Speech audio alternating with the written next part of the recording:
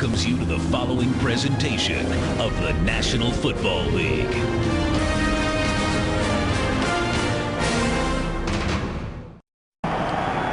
Former Giants Super Bowl hero Plaxico Burress, the only Jets captain sent out for the coin toss moments ago by head coach Rex Ryan. Rex Ryan's unbelievable. He's always got something to get that other team thinking at the beginning of the game. Plaxico was also introduced along with the Jets defense. And there is Tom Coughlin. His Giants have lost their last 3 home games. And Tom told us, we're the visiting team. We're treating us as a road game today. Our 3 biggest wins have come on the road in Philadelphia, New England, and Dallas. The Jets won the toss, elected to defer. So the Giants will get the ball first. Nick Folk kicks off, and it is taken 3 yards deep in the end zone by Jarrell Jernigan.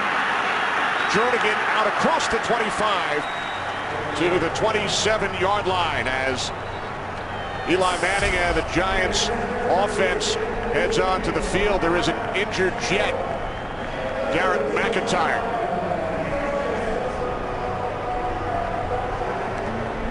So McIntyre heads to the Jets sideline. Giants will start from their own 27-yard line. And Eli Manning has just had an outstanding season. You can see there, he's 3rd in the NFL in yards. We all talk about Rodgers and Breeze and Brady. Eli Manning has had a season that's comparable to those guys, and it's been fun to watch him carry this team throughout the year.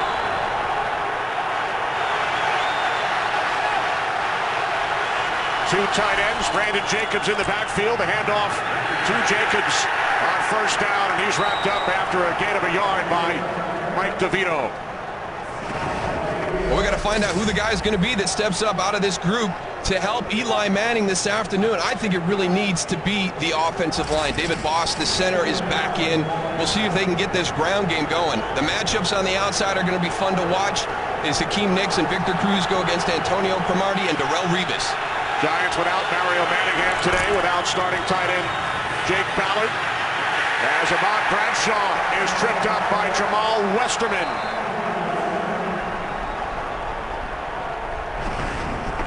The New York Jets, the #1 thing they cannot let happen this afternoon is for the Giants to have success in their vertical passing game. They understand where these big plays come from. They've got 2 very, very good corners, but they've got to be wary of the middle of the field. That's where a lot of their damage has happened to them this season. 3rd and 11, that's exactly where they want to be, Darryl. Keep an eye on those guys up front for the Jets. Play clock at 1. And the Giants took too much time. 5-yard penalty, remains 3rd down. Even though this is Giant Stadium, the crowd noise really did not help Eli Manning with his communication there at quarterback, trying to relay to his offensive line. See the play clock there on the backside. Just couldn't get the ball off in time, so this Jets crowd really in favor of the Jets today. Although there is a lot of Giants fans here also. 3rd down and 16. Giants must get to the 38. Manning to the outside. Catch is made by Devin Thomas. Gain of 11, but not enough. And that series set up by 2 ineffective runs to start off. The Giants not running the football the way that I'm used to seeing a Giant team run the football. They're last in the NFL when you talk about rushing, and boy, that's a tough start right there. Your first 2 snaps puts you in that 3rd and long position. Well, they got 11 yards on that last play. If they didn't get the penalty, they would have had a first down. Former Jet Steve Weatherford punting to Jeremy Curley, takes it out to 25. Curley across the 40, finally tripped up. Setting up outstanding field position for the Jets. A 42-yard punt, and then a 19-yard return by Curley. Mark Sanchez and the Jets will start at the 47. And I think that if you can get your ground game established and let Mark Sanchez feed off of that, that's when he becomes his best at playing the quarterback position. it's going to be paramount for this offensive line to come out and take control against this Giants front.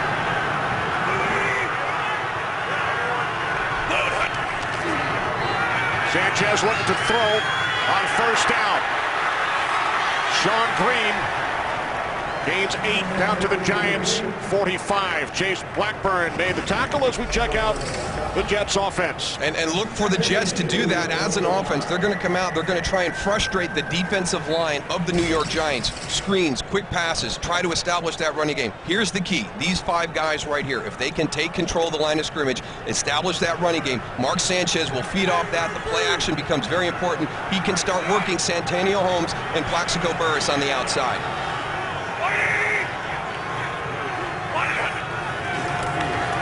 On 2nd and 2, this is Green. Sean Green, the 8th leading rusher in the AFC. 941 yards on the season. Chris Canty made the tackle. This group right here is going to be the key. Jason Pierre-Paul, who Tony talked about, Justin Tuck. They've got to be able to get pressure on Mark Sanchez. If they can't, I really feel that the zone defense they play on the back end becomes ineffective. We all remember Giant defenses having a relentless pass rush, multiple sacks. If you're not getting to the quarterback, Mark Sanchez will pick apart this zone defense. 1st and 10 from the Giants 42. It's Green again. And Green is bottled up by Canty after a gain of 1. Looks like they're doing exactly what we thought, Darryl, committing to the run early here in the game. Yeah, they're going to do that, Tony. There's Brian Schottenheimer, the offensive coordinator. It will be the running game. It'll be like the screen pass we saw on the first play of the game, some quick passes on the outside. They really feel if they can frustrate Justin Tuck and Jason Pierre-Paul, that the rest of the defense feeds off of that. They'll get frustrated as well at the linebacker level and in the secondary. Tight end Keller in motion. On 2nd and 9 off the fake toss. Sanchez looking for Keller.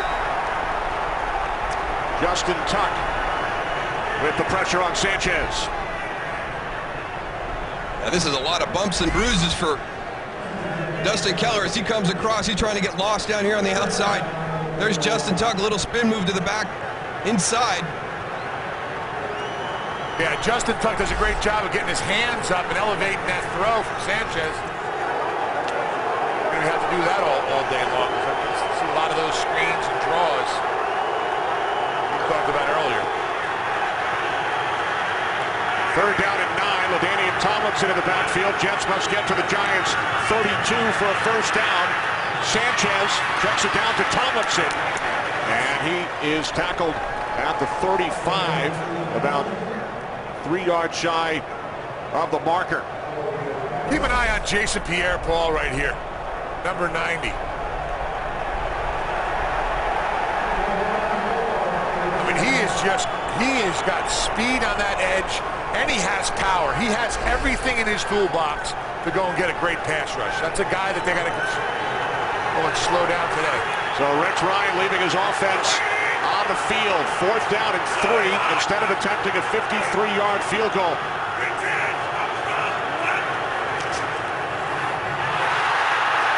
Backwards pass, and it's picked up by Jason Pierre-Paul, but there's a flag. Giants may have had 12 men on the field.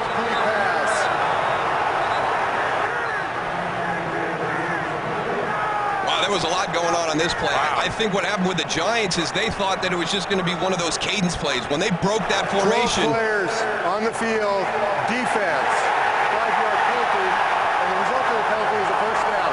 Good eyes, Kenny. There was some mix-ups with the substitution at the very start of that. The Jets got all huddled in. There was a transition back and forth. When they broke formation here, I thought they were just going to try and draw the Giants off sides. You can see that was a forward pass. Good call by the officials. But the substitution at the beginning, trying to match personnel, is what got Tom Coughlin's team in trouble.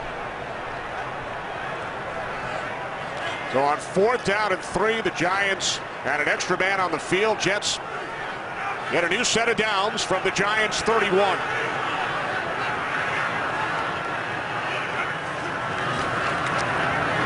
Sanchez on first down, and that ball was deflected. Michael Boley got a piece of it. Michael Boley almost had a pick six right there. Mark Sanchez has got a little zip on this ball. It goes through his hands. But I want you to watch him. Watch him read Dustin Keller as he comes out. Watch Michael Boley jump that.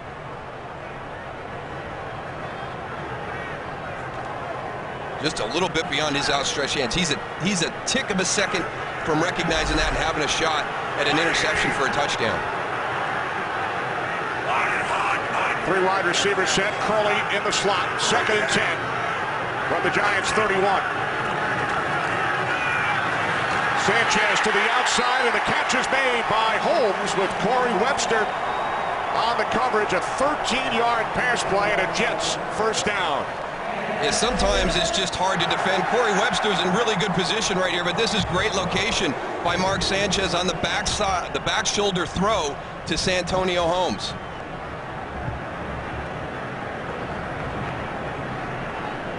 Inside that red zone, Darryl. You better know where Plexico Burress is going to be. That's a target for Mark Sanchez. Burress, bottom of the screen, split wide to the left. Jets lead the league in touchdown percentage in the red zone this season as Sanchez hands it off to Green, and Green gains a couple down to the 16-yard line. And a lot of that improvement in red zone offense this season for the Jets is the addition of Plaxico Burress in the passing game. I mean, he causes such a matchup problem with his height and his leaping ability. Both Brian Schottenheimer and Mark Sanchez told us on Thursday we would love to get Burress involved early in this game.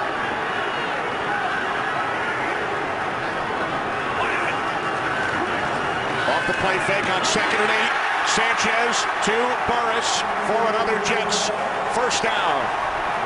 And as an ex-teammate, you're going to know the strengths and weaknesses of everybody in the secondary. So when Plaxico gets matched up with different guys against the Giants, he's going to know what routes they struggle with. He gave a lot of this information to Rex Ryan this week and Brian Schottenheimer. He's working against Aaron Ross. Just a quick little slant. By getting him involved early, did Rex mean the coin toss? That's a single captain, coin toss, and 1 catch. 10th play of the drive for the Jets. Play action on 1st and goal. Sanchez throws. Touchdown. Josh Baker.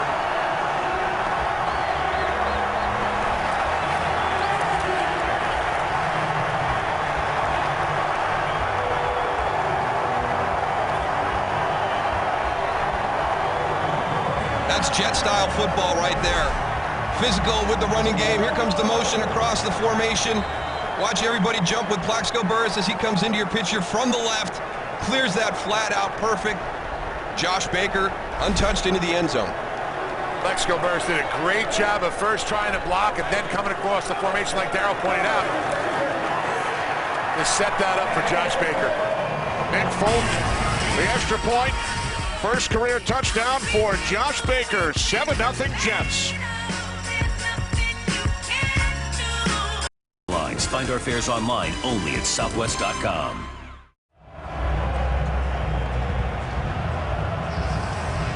Seven 7-0 lead for the Jets.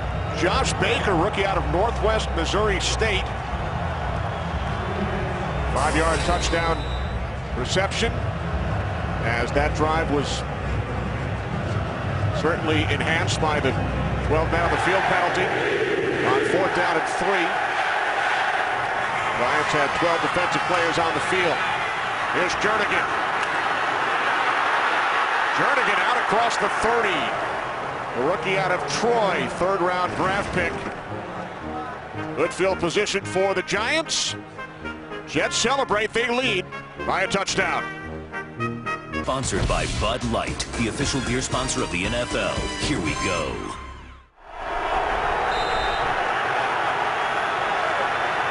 Giants start from their own 32-yard line, trailing the Jets 7-0. Off the play fake on 1st down, Manning rolling right, and then throws it out of bounds.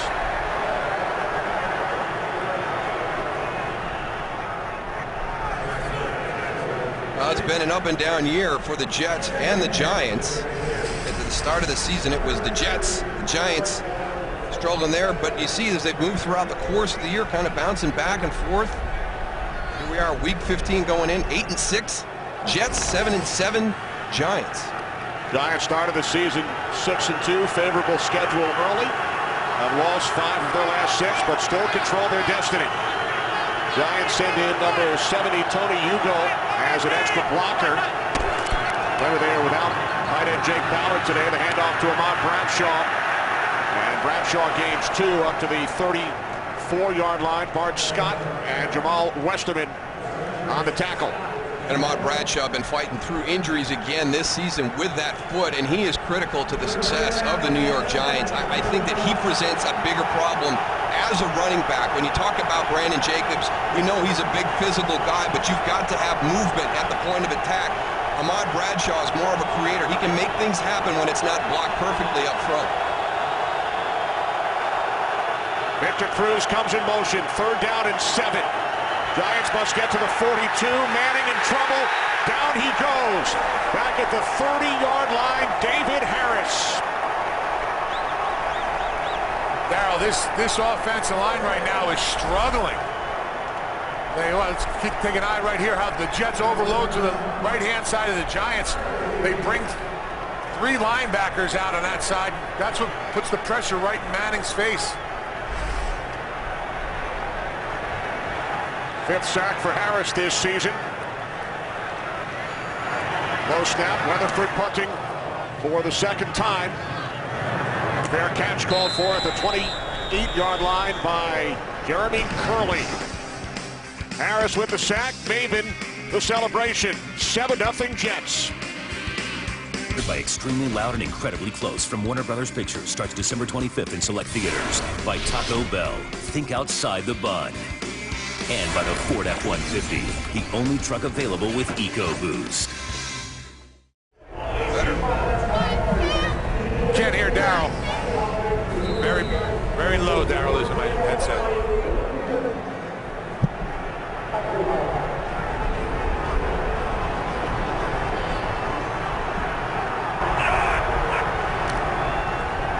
Jets with a 7-0 lead. Sanchez on 1st down, complete to Burris. His 2nd catch, 7-yard pass play. Here it is again. It's that controlled style of offense of the New York Jets. They're going to run the football. They're going to throw screens. There's your quick passes on the outside. Brian Schottenheimer's come out and started this game very well. Now, what happened last week against Philadelphia, when it gets away from this team and they feel like they have to get out of it, now they're out of their comfort zone. If they can stay in here in a tight game, this is the Jet style of football.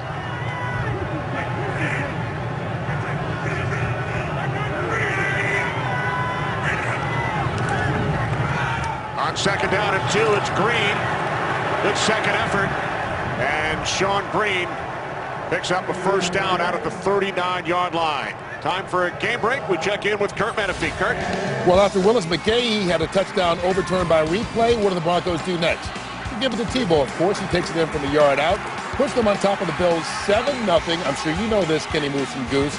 If the Broncos win today and Oakland loses, the Broncos win the West in the AFC. And there is the scenario. Thanks, Kurt. End around to Jeremy Curley. And Curley takes it across the 45-yard line for a gain of 6. Oh, John Connor, the fullback, he just got to make a decision. When you get on the outside, maybe you've been told to block somebody all week long in preparation. Here he comes in motion. Watch as he comes out the backside. Okay, turn and look inside. There's your guy. There's your guy. You ran right by him. You're trying to get to the free safety because that's maybe who you were told to block during the week, but you got to be a football player. You got to get out on that lead block situation and look for opposite color and just go hit it.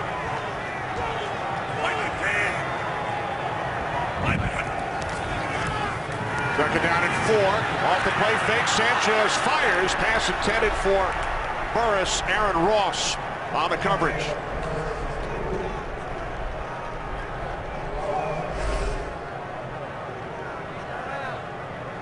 Mark Sanchez with the play action. There it goes. If we can get the running game established, this will become more and more effective. Good tight coverage by Aaron Ross on that play. One of the things that you've heard the Giants secondary talk about this week, hey, we want to be more aggressive. We want to come up. We want to play press. We want to jam them, impact them on the releases.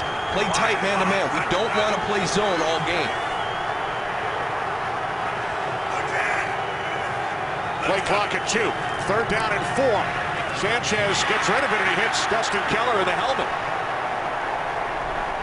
Well, he put the pass where it was supposed to be. Justin Keller just wasn't paying attention at all with his head back inside to Mark Sanchez.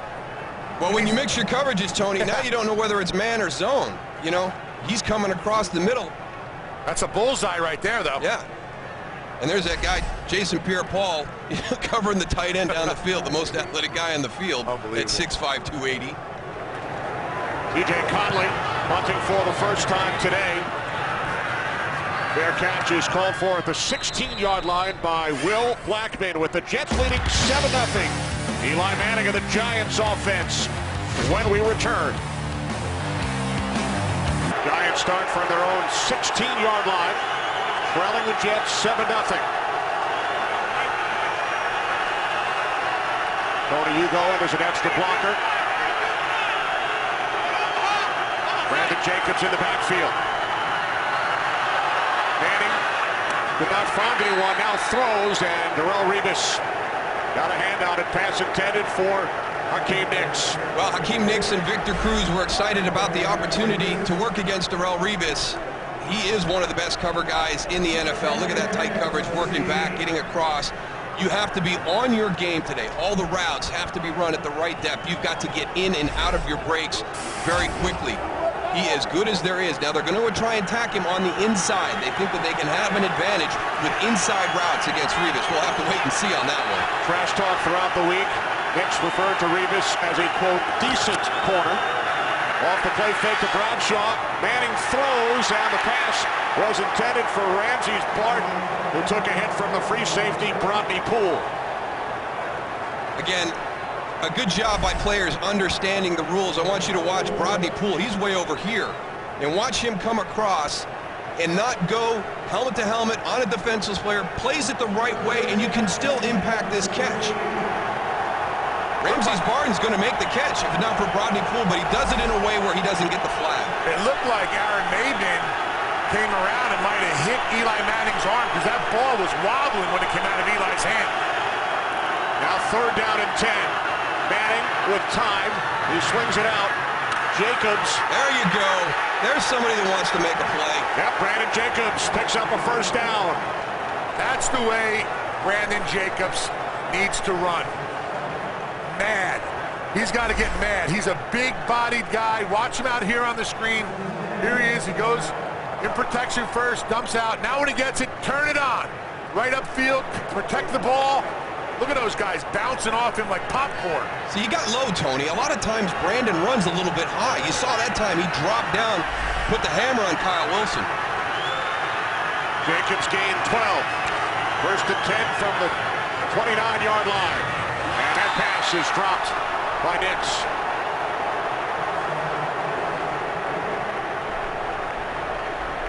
Just a lack of concentration. It's attention to detail. When you get into games like this, at the end of the season, one of the things you have to do, your attention to detail has to be spot on.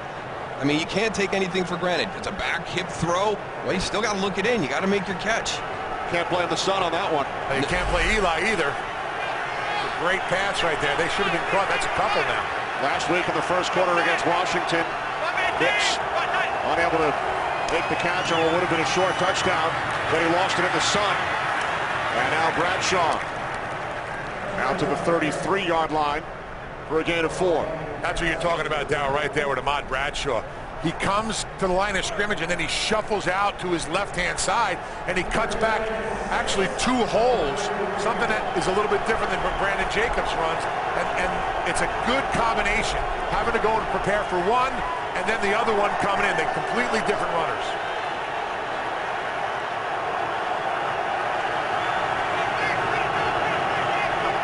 Third down and 6. Giants must get to the 39. Manning airing it out, intended for Nicks. Antonio Cromartie on the coverage. No flags. Giants will punt. Trying to create a one-on-one situation on the backside.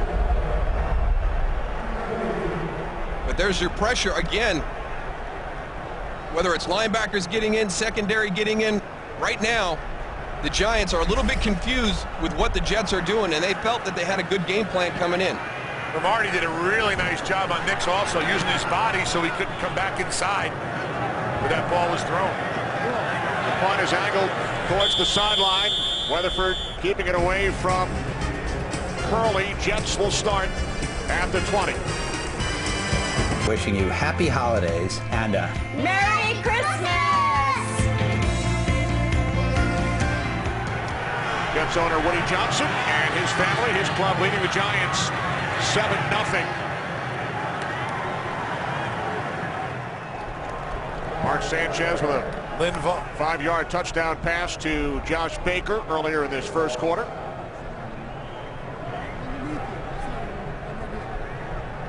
Danian Tomlinson getting a little feisty down there, bottom of the pile with Linval Joseph.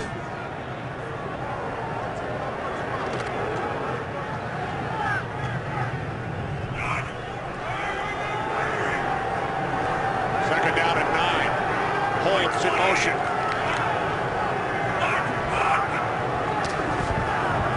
Again, it's Tomlinson. Tomlinson takes it out to the 26-yard line. Gain of 5. What a great career LaDainian Tomlinson has had, and some talk that this could be his last year here with the New York Jets, but you see where he is right there. He has a nice day this afternoon. He'll pass Jerome Bettis, move up into 5th place all time.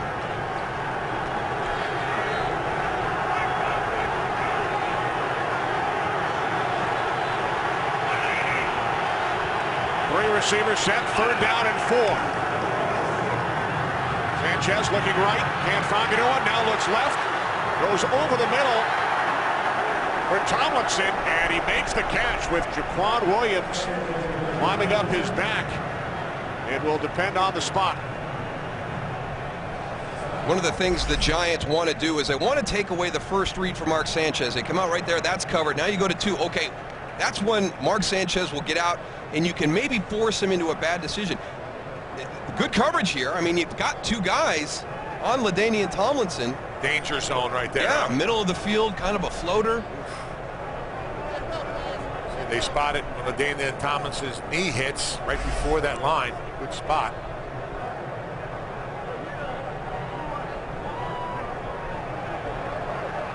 Just short, says referee Pete Morelli. Yeah, you got to punt. Yeah, absolutely.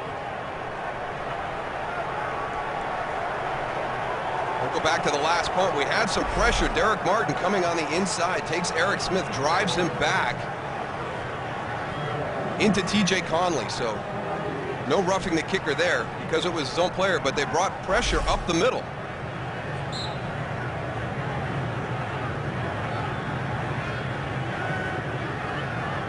They got Jason Pierre-Paul lined up over the right guard.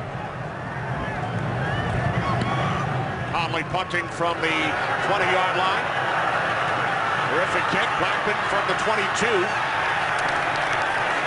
And he returns it 7 yards out to the 29.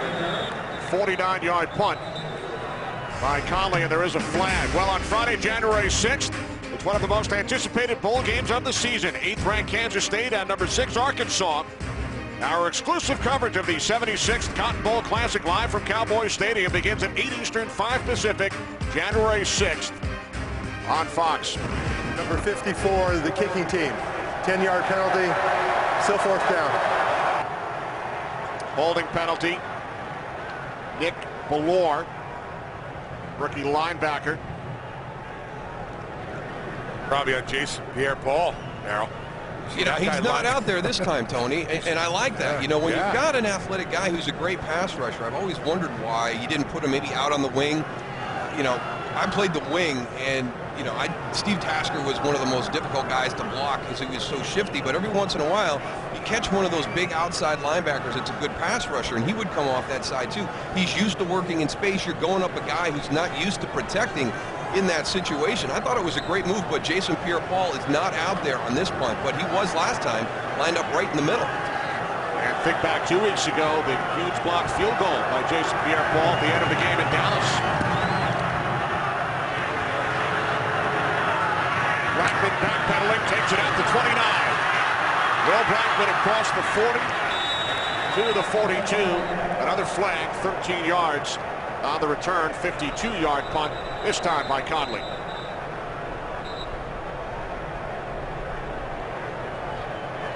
Wow.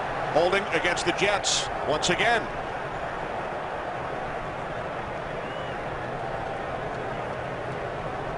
Well, Darryl, we talk about it every week. If you go down to the ground, There are fouls by both teams on the play. Holding, number 54 to the kicking team, illegal block in the back, number 39 to the receiving team. Penalties will offset. 4th down. See Nick Bellore right here, number 54. Go and watch him. He grabs and then just turns and slams him down to the ground. So Bellore flagged again for the second consecutive punt. And then the Giant penalty, number 39, Tyler Sash, with the shove to the back of Ellis Lankster.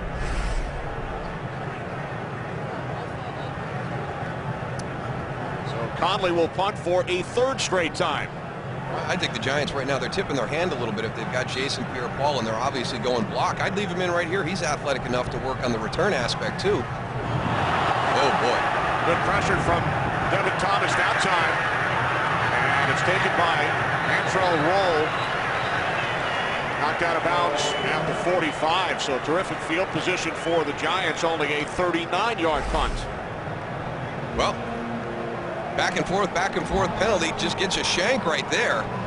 Just doesn't hit it right. And this is a smart play by Antrel Roll because that ball hits, it starts to bounce downfield. Don't let that ball hit and continue to roll. He grabbed it. He might have saved them 8 to 10 yards of field position right there. Heads up play by Antrel Roll. Best starting field position today for the Giants. 11 seconds to go, first quarter. From their own 45-yard line, this is DJ Ware. And Ware is tackled by a helmetless Bart Scott as he gains 6 in Jets territory. First quarter comes to an end. Jets lead the Giants 7-0. This Fox NFL special will return in a moment. Obvious, but it is a huge game for both teams. The Giants would be eliminated with a loss and a Dallas win or tie. Cowboys hosting the Eagles later today on Fox. Giants do control their own destiny should they win today and then beat the Cowboys next week. On 2nd and 5. What a catch by Nix with Revis on the coverage. The Giants first down, gain of 20. They talked about throwing at Darrelle Revis during the course of this game. They have come out and worked on it. You know, they've allowed Hakeem Nicks and Victor Cruz to see if they can get open. And there's that inside route. They just feel, you know, if you try to run go routes or run anything to the outside, that's the strength of Darrelle Revis. They feel like they might be able to have some success inside. First catch for Nix today. Manning in the first quarter, just 3 of 8. On first down, here's Bradshaw. Calvin Pace wraps him up for a loss of a yard. Hey, Darryl, this offensive line for the Giants just doesn't look like they're coming off the ball. Doesn't look like the Giants offensive line we're used to, especially in this run game. Well, some of the guys talked about it too, Tony. With David Boss coming back in, there was some discussion about maybe keeping it the way it had been with Kevin Booth at the center and Mitch Petrus at the guard. Bigger bodies, they've run the ball a little bit better over the last couple of weeks. But David Boss, he's your big free agent signing. So, you know, put him in the game, see what you can do. Boss, the ex-49er, missed the last 3 games. 2nd down and 11. Manning to the outside, intended for Barton. Cromartie on the coverage. Cromartie once again with that body, doing a nice job of forcing the receiver outside.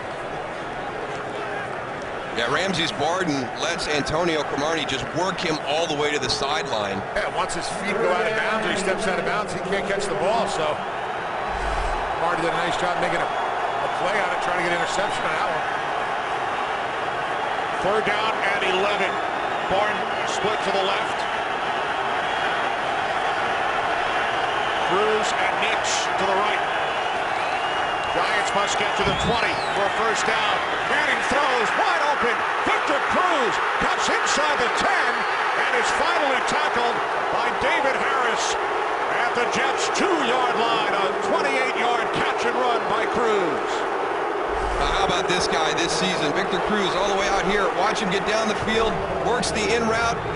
They've got zone coverage. There goes that middle of the field. When the Jets have struggled in the passing game, the middle of the field has just opened completely up. And there's a nice job with the run after the catch by Victor Cruz. Yeah, David Harris. Hakeem Nicks ran a little curl route, and David Harris just vacated that area where Victor Cruz was. First and goal from the 2. Manning looking end zone. He throws, and it bounces off the tight end, Travis Beckham.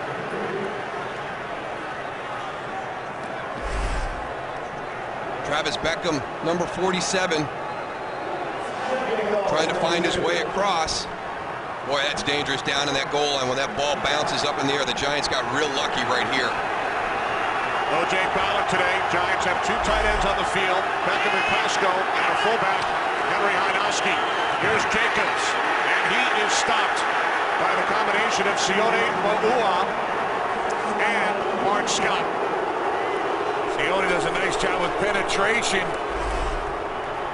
Watch him right here. Watch this Jets defensive line. They penetrate. You're in the backfield, so now you can't cut. You have to run straight ahead, and that makes it easy for the linebackers, and that's when Bart Scott right here just comes and cleans it up. Exactly what you want to do as a defensive line.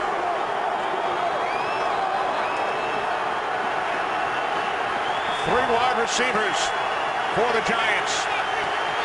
Third and goal from the 2. Play clock at 1. Manning, end zone, and it is broken up by Revis, intended for Nicks. God, he's got great hands. I mean, watch him come across and deflect this ball. This timing is impeccable. You can't play this any better. The quick feet, the break inside. Look at him trap and pull the arm down to Hakeem Nicks. I mean, Hakeem Nicks has the ball. Revis does it. Like you said there, does a great job of just going. He's not all the way around front where he can punch the pocket. He gets his arm, takes his arm away, and that's why the ball goes out. So here's Lawrence Tynes, a 21-yard attempt from the right hash. And the Giants are on the scoreboard, but they had first and goal from the 2. Could not punch it in. Revis makes the big play on third down. Today's game is sponsored by Frost Brewed Coors Light, the world's most refreshing beer. By the Droid Razor, thin is no longer frail, only at Verizon. And by Chevrolet and their award-winning cars, trucks, and crossovers.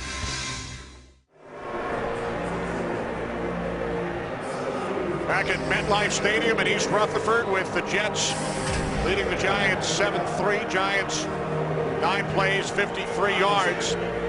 They had first and goal from the 2 and had to settle for a field goal. Yeah, the Jets did a good job with their red zone defense there. Good coverage on that first play. And I like the play call by the Giants on that first play in that goal-to-go situation. Little play action, but the Jets did a nice job with coverage. Coming out of the end zone, Antonio Cromartie, and he is tackled at the 13-yard line by Chase Blackburn. Well, Wednesday, January 18th, TV's biggest phenomenon, American Idol, returns for an all-new season, and the talent is ready to shine. Join Randy, Jennifer, Stephen, and Ryan, and welcome back America's #1 show, American Idol. The 2-hour premiere begins Wednesday, January 18th on Fox. Darrelle Revis, they think that they can work the inside on him, but I think they may have to rethink that one after that coverage on that third down play. Great job defending Hakeem Nicks on the slant. Jets start from the 13-yard line as Sanchez overthrows Joe McKnight. You got to take advantage of this opportunity. You get Joe McKnight matched up against Michael Boley, a linebacker, and it's just a go route. You can see he's beat right away. Antrel Roll is going to have trouble getting over there. Mark Sanchez has got to put that ball in a spot where at least Joe McKnight can make a play on it. listed as questionable throughout the week due to a shoulder injury. Second and 10 from the 13. Sanchez over the middle to Keeler. Out to the 18-yard line, a gain of 5. This game is evolving, you know, the way that if you're a Jet fan, you want to see it. Run the ball effectively. Mark Sanchez at 8 out of 13. You're starting to build that confidence. Now, the big question is, when do they go for that shot down the field? The Giants have really struggled with big pass plays this year. The Jets feel like they can get one down the middle of the field on them. 3 wide receivers set for the Jets. Curley in the slot. 3rd down and 5. Jets must get to the 23. Catch is made by Curley. And we'll see if the Jets get a favorable spot here. He did a good job of getting beyond the sticks when he ran his route. So Curley picks up the 1st down. Gain of 6. And the reason you do this is exactly this situation right here. Antrel Rolle does a nice job of making the tackle immediately. But Jeremy Curley goes far enough with his distance to make sure he clears the sticks. So if he is tackled immediately after the catch, he still has the yardage for the 1st down. We see so many guys not go beyond the sticks.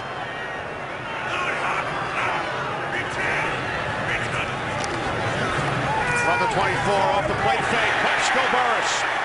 Another Jets 1st down. 3rd catch for Burress. Gain of 15. They're going right out the middle of the field here. Now this is nice too, Tony. This is really good quick play action by Mark Sanchez. Look at the fake right there and then up quickly with the short post into the middle of the field. Well, what's happening is with the play action and the run going so well for the Jets, those linebackers got to play run first, and it's slowing them down from dropping into the area right there where Plaxico caught the ball.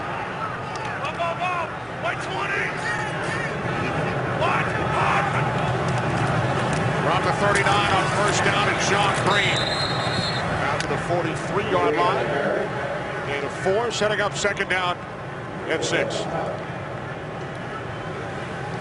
Plaxico Burress, game-winning touchdown reception for the Giants in Super Bowl 42. Still has many friends on the other side. 3 catches today. In fact, he spent part of Thanksgiving with Brandon Jacobs and his family.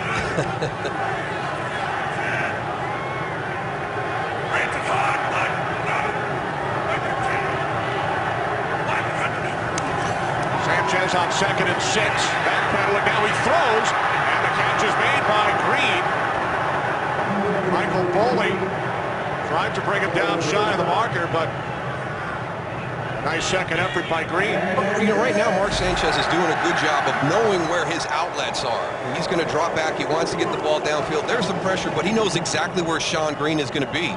So right now, you know, as the Giants came into this game, they felt if they could take away the early reads on Mark Sanchez, that he becomes frustrated, and he might give them an opportunity for an interception. Right now, I'm seeing him doing a nice job of knowing where his outlets are. Nice job by Green, also getting that extra yardage.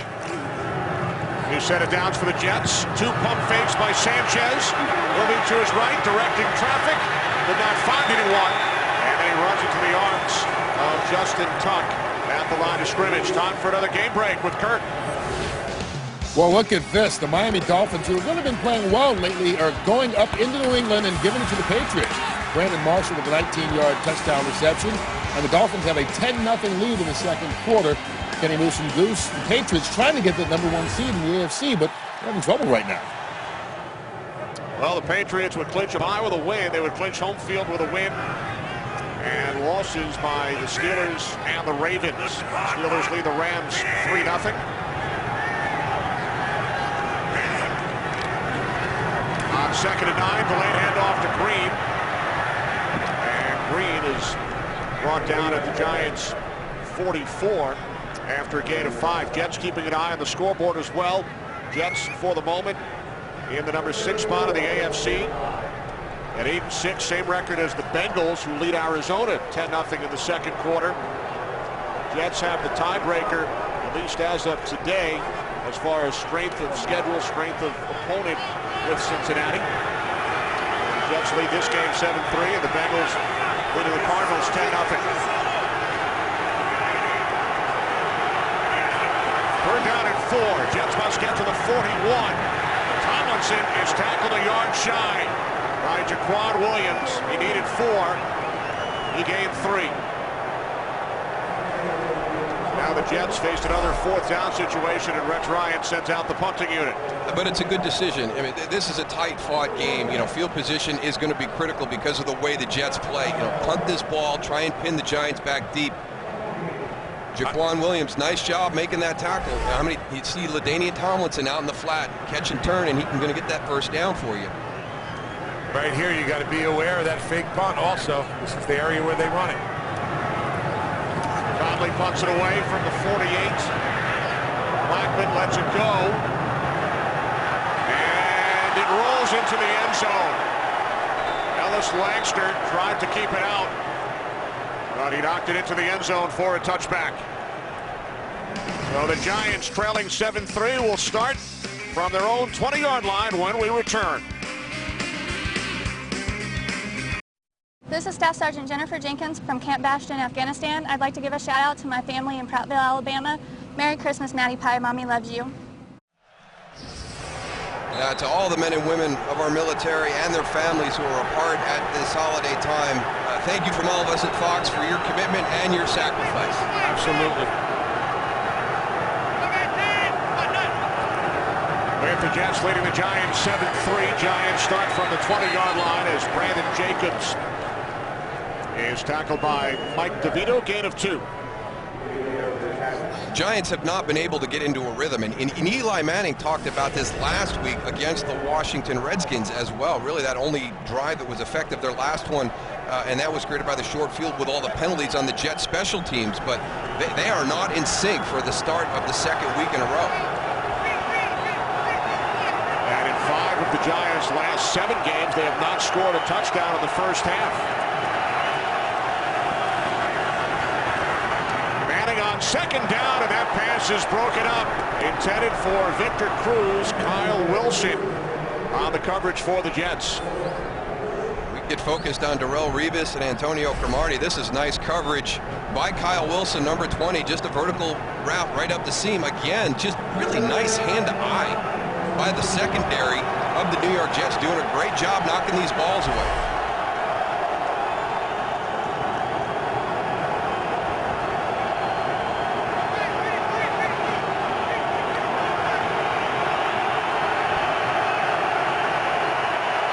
Receiver set for the Giants. They must get to the 30. Catch is made by Barden, but he is tackled at the 25-yard line, first by Antonio Cromartie. So the Giants go 3 and out. The big challenge for the Giants offense this week is identifying where the threat is coming from. Pretty easy right there. You can see all the guys on the outside. But then they play a nice zone coverage in behind that. So you think you're going to get all that pressure. You send the guys down vertical, and you're going to have some space. But the Jets trick the Giants and are playing zone coverage behind that blitz. Weatherford punting for the 4th time from his own 15-yard line. Taken at the 22 by Curley. Big burst by Jeremy Curley as he is across midfield. And then finally forced out of bounds. A 53-yard punt and then a 28-yard return by Curley.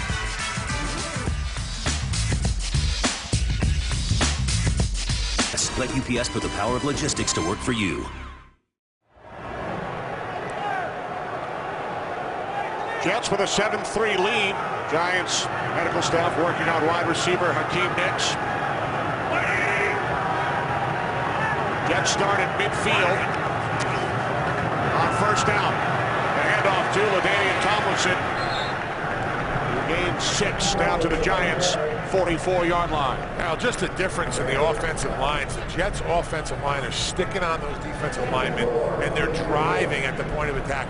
They're moving the pile a little bit, something that you don't see out of that Giants' offensive line, and that's why the rushing yards you just saw are leaning hard to the Jets. Yeah, they're actually providing some running lanes for Sean Green and LaDainian Tomlinson. They're punching some holes in that Giant defensive front. 2nd down and 4. The end around to Santonio Holmes. And he's tackled by Jason Pierre-Paul back at the 46. A loss of 2. Time for another game break. Here's Kurt. Hey, the Steelers could win the North. They could get the #1 seed, or they could be a wild card. This guy trying to help, he's a wild card. John Clay signed off the practice squad yesterday. First NFL carry gives the Steelers a 10-0 lead, and New England's losing 17-0 to Miami. Kenny Moose and Goose. Could be another wild day, guys, as we saw last Sunday. I don't know if you can top last Sunday. Penalty markers prior to the 65 snap. offense. 5-yard penalty remains. Third down. You guys were just talking about the Jets' offensive line and how well they've looked today. False start on the right guard, Brandon Moore. Well, I'll tell you what, if you listen, Mark Sanchez from down here on the field, you could hear him really working that hard count, trying to draw those Giants defensive linemen off sides, and just that time he got his own guy, Brandon Moore. He does a pretty good job for a younger guy, too. Really Tony. does. I know it's one of the things that you talk about, you know, as a veteran and you get older, you become very, very good at it. And, you know, he's got Mark Brunell behind him, one of the best at it. Timeout. Jets. First team timeout. Jets use their first timeout. They lead the Giants 7-3. Down with Jason Pierre-Paul and Justin Tuck yesterday, and it was interesting to listen to Justin talk about Jason and how athletic he is. He said he's never seen anybody that has the athletic ability that Jason Pierre-Paul does. He also told us Pierre-Paul's ceiling is so high he has no clue what he's doing yet, and he meant that in a positive fashion. Now Sanchez on 3rd down and 10. And a diving attempt at the interception. Pass was intended for Dustin Keller. There's another one where he's trying to thread it in there, Darryl. Yeah, that's that shot that they were hoping to get, Tony. They wanted to get Dustin Keller down the middle of the field. There goes 81 against Michael Boley. It's good position by Michael Boley. Force him to the outside. Don't let him back inside. Watch the release. Now he's going to turn, make him come to the outside. That allows Deion Grant, number 34, the safety, to see all that develop and have the ability to break on the ball. Conley punting from his own 40-yard line. Blackman lets it go, and nice. it is kept out this time. Langston could not, and that was a touchdown. There should be no reason for even a discussion, Kenny. There should not be a Giant player anywhere near that ball. I think I saw the official signal first down for the Jets.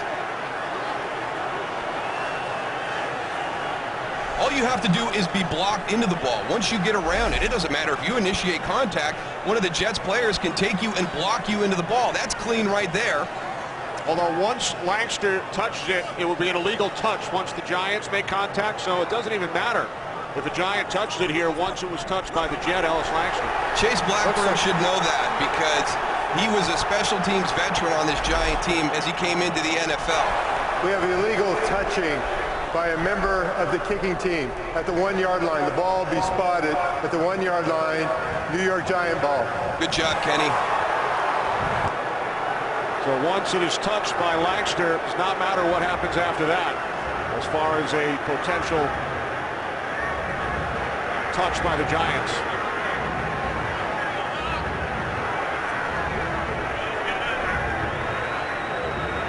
Langston tried to keep it out the last time and could not. Well, we saw that Jets defensive line in front 7 penetrate a little bit in situations like this. These guys are licking their chops. That Giants offensive line better come and fire out so they can get this ball out of the end zone area.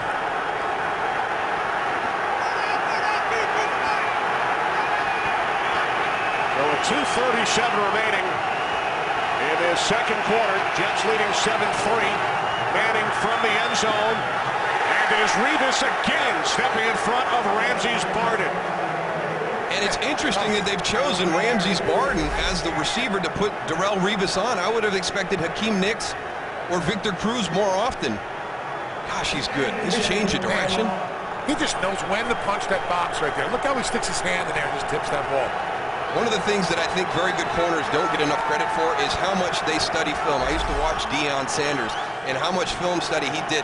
By formation, by personnel, he knew what routes to expect coming out, and if he had the opportunity to jump it, he was. 2nd and 10, Manning out of the shotgun from the end zone with time. Throws to the outside, and Martin, again the intended receiver with Cromartie on the coverage this time. And the bad thing is when you play against corners as aggressive as Antonio Cromartie and Darrelle Revis, if you make a mistake, if you slip and fall, you're very fortunate not to have an interception. When Ramses Barden slips right there, he's lucky that Antonio Cromartie doesn't make that interception.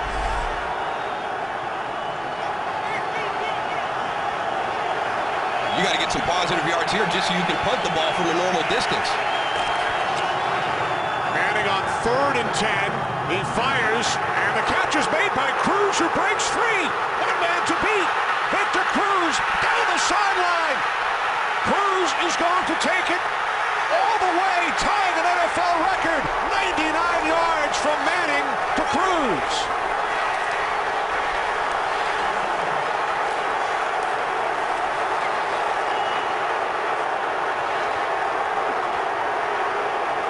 Well, so much for getting some positive yards for a punt, Tony. Unbelievable. And this is a missed tackle. This should be a 10 to 11 yard gain. You're going to have the first down, but watch this move by Victor Cruz right there. Boy, does he stop and change direction on Antonio Cromartie. Watch. Foot in the ground, stopped. That's just a foot race. And that's a nice little move right there from Eric Smith to get those legs out, stay inbounds. Longest pass play in Giants history for the 13th time in NFL history. Wes Welker did it earlier this season for the Patriots against Miami. For the 13th time, a 99-yard touchdown reception. Ties with the extra point. Giants take a 10-7 lead.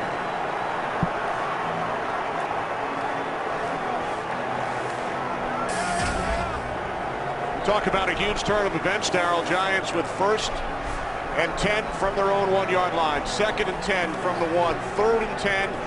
Manning out of the end zone, hitting Cruz, and then the second-year receiver does the rest. Well, in that situation, you're worried about your punt team coming on and not having your traditional 15 yards because you're backed up on the 1-yard line, and you want to get some positive yards so you can kick the ball effectively. And Victor Cruz, just a great individual effort. That one move where he plants his foot, stops and changes direction, and a game that the Jets had completely controlled up until this point. You can hear the crowd right now. They're stunned. They don't know what to say. Well, some of them are chanting Cruz, at least the Giants portion of this crowd. The Jet fans are stunned. 99 yards from Eli Manning to Victor Cruz.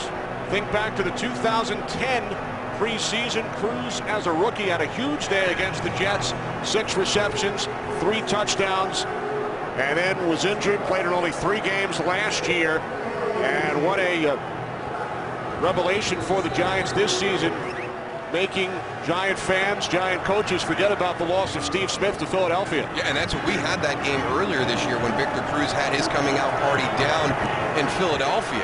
And yeah, even the coaches, we knew he was a good receiver. We did not know he was this explosive as he's played this season.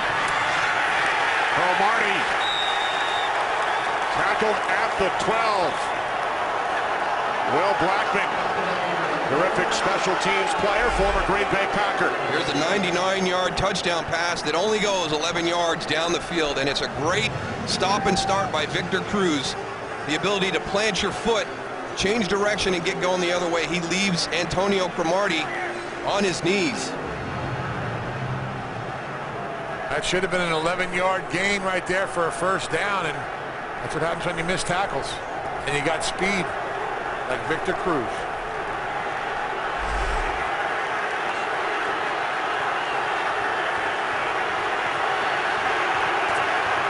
The Jets trailing by 3.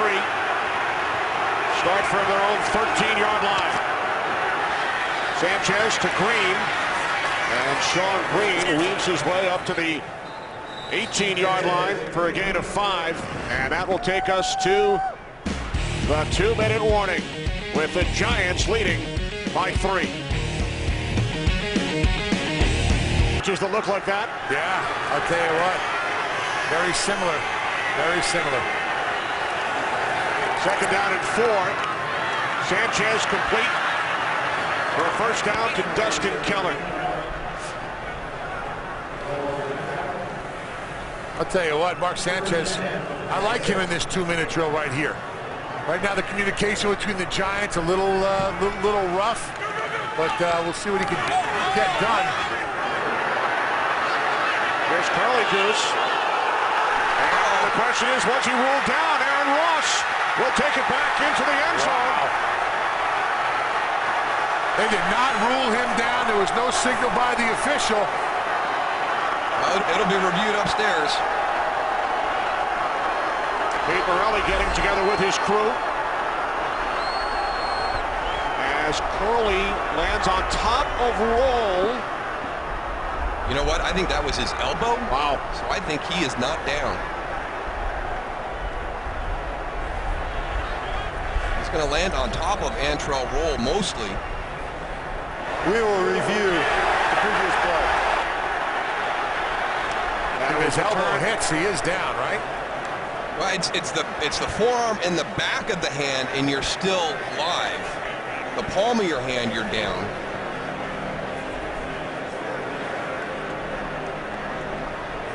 Curly goes over the top of Roll. Let's see if the elbow hits. Is it the elbow or the forearm, though? But did it hit on the ground or on the right cleat of Roll? Looked like the elbow may have landed on the right cleat of Antrel Roll.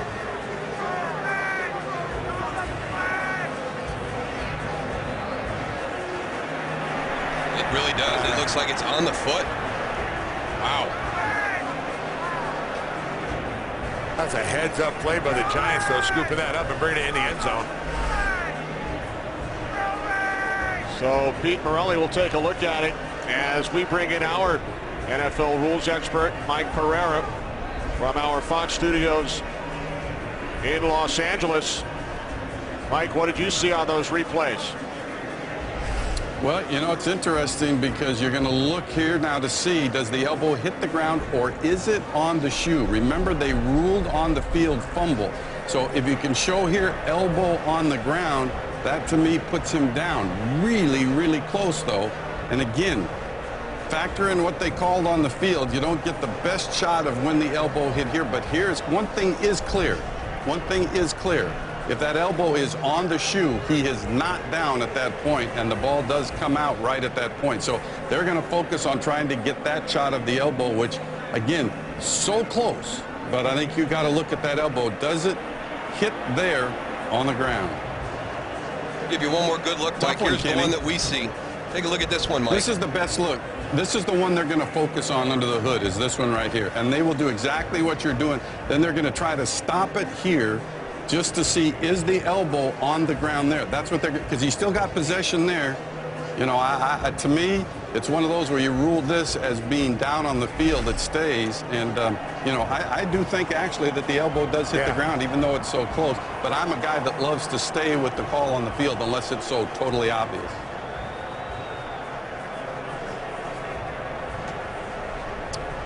Here comes referee Pete Morelli. Thanks, Mike. After reviewing the play, the receiver's elbow is down. He is down by contact. The ball will be placed on the 30.5-yard line. Second down. So it is ruled by Pete Morelli that Curly's elbow hit the turf and not the right cleat of Antrel Roll. I thought Mike was going to be right. I thought that they would stay with what was called on the field. Well, I think the angle of the foot, it would have slid off the foot, and his elbow would have hit anyway. You know, it's not like he was totally under it. It was almost like on an angle where his elbow did hit the shoe, it would have slid down and then hit the turf. So I thought it was a good call. Great break for the Jets right now. Let's see if they can do anything with this here with 1:26 to go.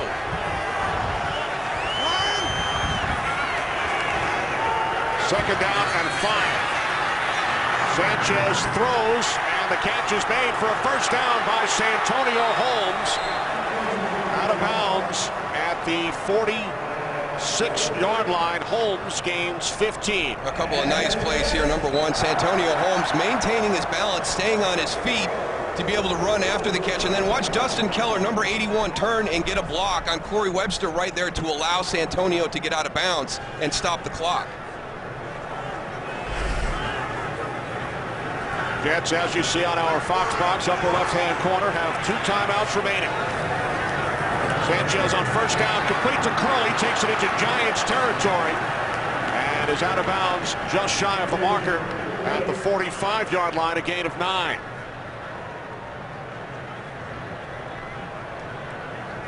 So these right here are the timeouts. As you can see, the Jets have one down. Giants have 3 remaining. Nice little timeout thing. I like that. Thank Kenny. I like your look today, Goose. Thank you. First time we've seen you in a tie all season. Here's Tomlinson. Damian Tomlinson down to the 35. Kenny Phillips made the tackle. LT picks up a Jets first down, gain of 11. Nice play call by Mark Sanchez right there in the 2-minute situation.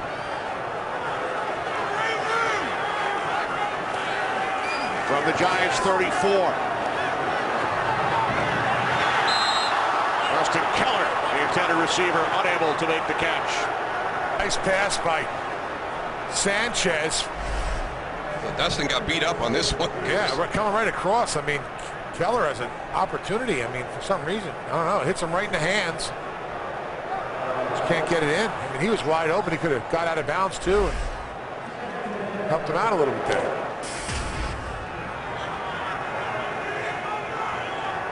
Perry Fuel, Giants defensive coordinator, second down and 10. 42 seconds remaining. Second quarter, Giants lead 10-7 on a 99-yard touchdown pass from Eli Manning to Victor Cruz. And Jaquan Williams up in the face of Sanchez. What a first half for Williams today. He has played well. Very athletic, good in coverage, and good at finding his way through traffic here to get pressure on Mark Sanchez.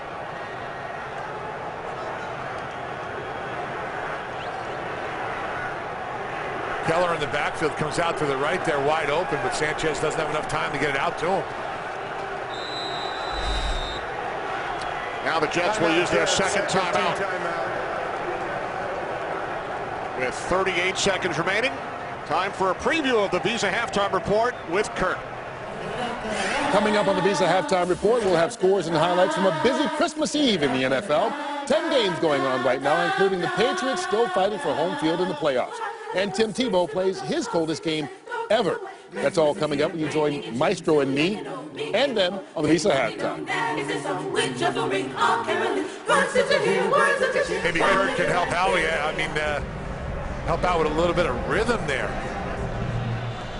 What a job by conductor Bradshaw. I'm not sure how Kurt maintained his concentration. I know, man. I'll tell you. I knew that Terry could conduct an offense, but I didn't know he could conduct a choir as well. He was a little out of rhythm there, though. A little out of rhythm. Trying to get them excited to him. Yeah, he was trying. He was trying. I think he scared him a little bit.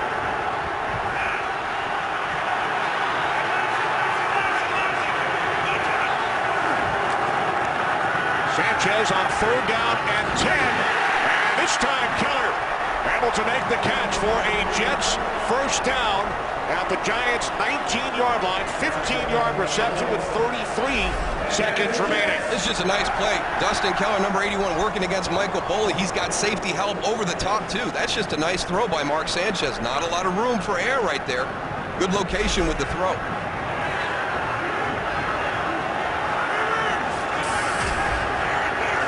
Jets with one timeout remaining. Sanchez 6 for 8 on this drive. Max goes up top in the red zone.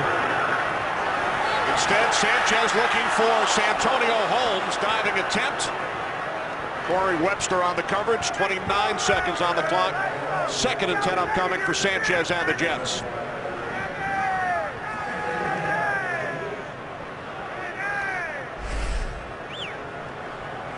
Working the one-on-one. Just a little bit beyond the outstretched hands of Santonio Holmes.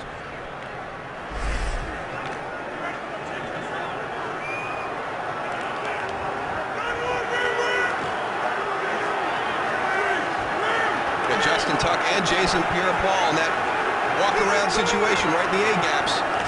3 wide receivers. Sanchez on second down, moving to his left. He throws.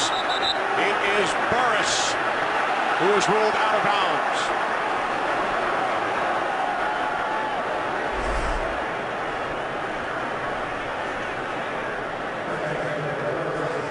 Yeah, his knee came down out of bounds. Good call by the officials. So the Jets now facing 3rd and 10 with 23 seconds remaining, second quarter. Giants with a 3-point lead.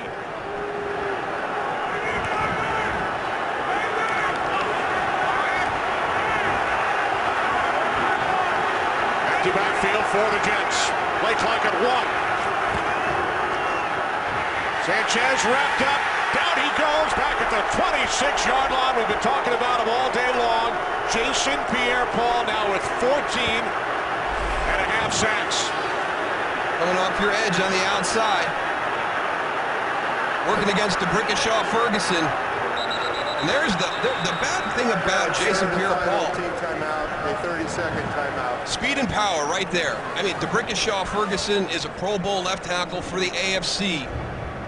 And Jason Pierre-Paul has that unique ability. You're worried about the athleticism, the speed to go around you, and then when he decides to drop those shoulders and do a bull rush, he's extremely strong. Yeah, you saw D'Brickashaw on his heels backpedaling, and Jason Pierre-Paul does a nice job just coming right inside, keeping him square. And you know what else, Darryl? Jason Pierre-Paul has an extension. His arms, I think they're 38 inches long. I mean, when he goes and extends his arms, it is so hard for those offensive linemen to stay on. That's why he's in the middle of this field goal attempt right now. Timeout is taken by the Giants. Timeout, Giants. First team timeout, 30-second timeout. Lines up to attempt a 44-yard field goal.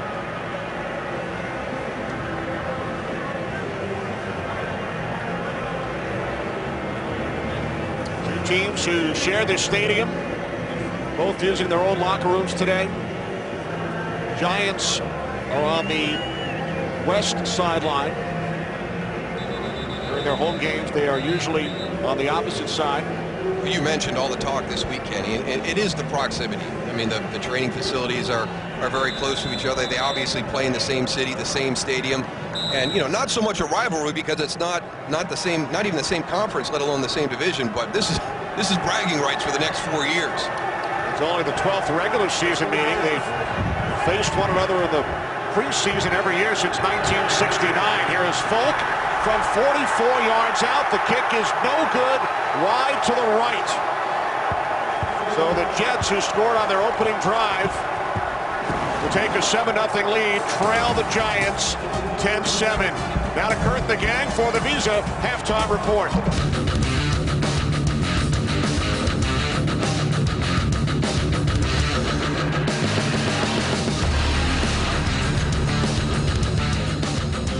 We got set for the second half. Giants lead the Jets 10-7. Darryl, the first half numbers. Well, it's been the big play in the first half for the New York Giants. The Jets really controlled the flow of the game, but you see right there, 3 20-plus yard plays for the Giants, none for the Jets.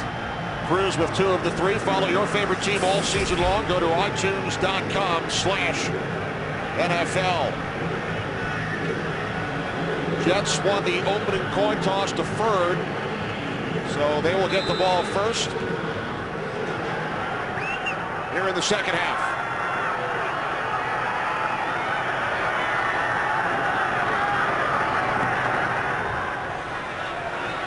Giants kickoff is taken 3 yards deep by Joe McKnight. Jets will start at their own 22-yard line, trailing the Giants by 3. Thanks to one big play, 99 yards from Manning to Cruz. And that's what the Jets have to do. They have to keep that in perspective. They controlled the line of scrimmage. They ran the ball more effectively. As Michael Strahan said, they're pressuring Eli Manning more than Mark Sanchez is getting pressure. It's one play, and it was a great individual effort by Victor Cruz. It's an 11-yard pass play where he just makes a radical cut and makes Antonio Cromartie go to the ground, and he goes 99 yards for a touchdown. 13th 99-yard pass in NFL history, and it gave the Giants a 3-point lead. First and 10, 22-yard line. Off the play fake, Sanchez throws, and it's nearly intercepted by Deion Grant. Dustin Keller, the intended receiver. And that's what I mean by keeping it in perspective. Don't feel like you have to come out and press and try to make something happen. This is a throw that Mark Sanchez shouldn't make. Dustin Keller's crossing over. It's a great read by Deion Grant, number 34. He recognizes the boot. He knows there's going to be somebody shallow, somebody in their intermediate range, and somebody deep. As soon as he sees it, he drifts back and almost gets the interception.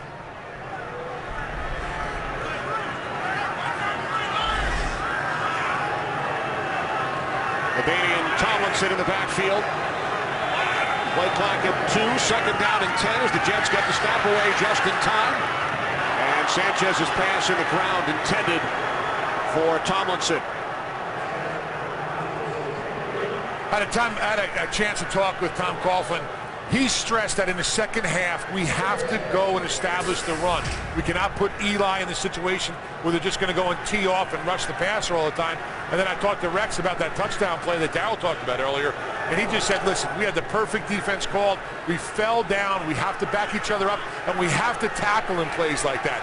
He was adamant about stressing the tackles at halftime. All right, thanks, Goose. Third down and 10. 4 wide receivers for the Jets. They must get to the 32-yard line. The pass was deflected at the line. Dave Tollefson got a hand on it. You get the edge pressure from Justin Tuck is going to force Mark Sanchez to step up. And then as he throws, he's going to make contact. Dave Tollefson gets up, deflects that pass. So the Jets go 3 and out on the opening possession here in the second half. The punt by Conley taken at the 30 by Blackman. Nowhere to go. So Eli Manning and the Giants offense with a 3-point lead will start from their own 31. Today's game is sponsored by Southwest Airlines. Find our fares online only at southwest.com. By the Lexus December to Remember sales event for a limited time at your Lexus dealer. By CDW, people who get it. And by Bud Light, the official beer sponsor of the NFL. Here we go. Welcome back. Kenny Albert, Darryl Johnston, Tony Siragusa. Giants with a 10-7 lead over the Jets. Start from their own 31-yard line. 3 wide receivers. The handoff to Bradshaw. Goose, you talked about the Giants running game. They had a total of 6 rushing yards in the first half. Bradshaw gains 5 on that play. Well, you really take a look at the first half. It's one play. I mean, you look right here. Victor Cruz's 99-yard touchdown reception, and the other 25 plays only netted 83 yards. So, again, it goes back to what Coach Coughlin told Tony coming out at halftime. You know, Eli needs some help. These guys need to step up. The offensive line needs to start creating running lanes for the running game. Giants with only 4 first downs in the first half. But they lead thanks to the 99-yard pass play as Bradshaw is bottled up and driven down by Calvin Pace. Nice job by Bart Scott. Yeah, he blew that whole thing up. He just came right in. He saw a lane. He came, he penetrated, and he just caused havoc back there and gave the rest of those guys on that front 7 time to go and wrap him up. Loss of 3 on the play, setting up 3rd down and 8.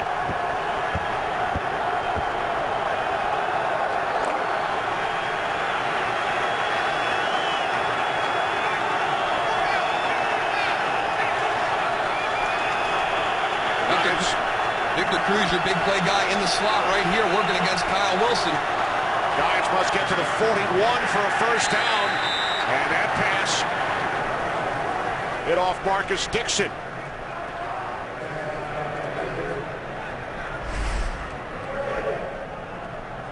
The Jets doubling on the outside, and they're going to trap Victor Cruz. Plenty of time for Eli. But again, it's what Tony likes to see the defensive lineman do all the time. If you're not going to get to the quarterback, watch his eyes, and then as he throws, elevate, try and deflect that ball. Yeah, you take away those passing lanes. Weatherford, the former Jet, punting from his own 22-yard line. Terrific kick, forcing Curley all the way back to the 10. And the return of 11 yards to the 22. A 58-yard punt by Weatherford. Another opportunity for Mark Sanchez and the Jets offense. Early third quarter with the Giants leading the Jets 10-7. Mark Sanchez and the Jets going to work from their 23-yard line. Sean Green up the middle. 5 out to the 28. That's like that same changeup play, Darryl. We keep seeing that little draw right up the middle of the field.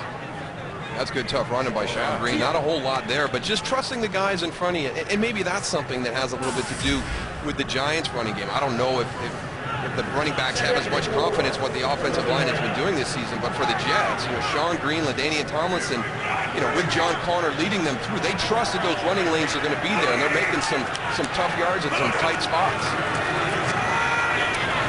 Second and 5, it's Green again. He found a hole and picks up a Jets first down out to the 37. That's amazing right there. I didn't see a hole at all. Yeah, you just got to trust the guys in front of you.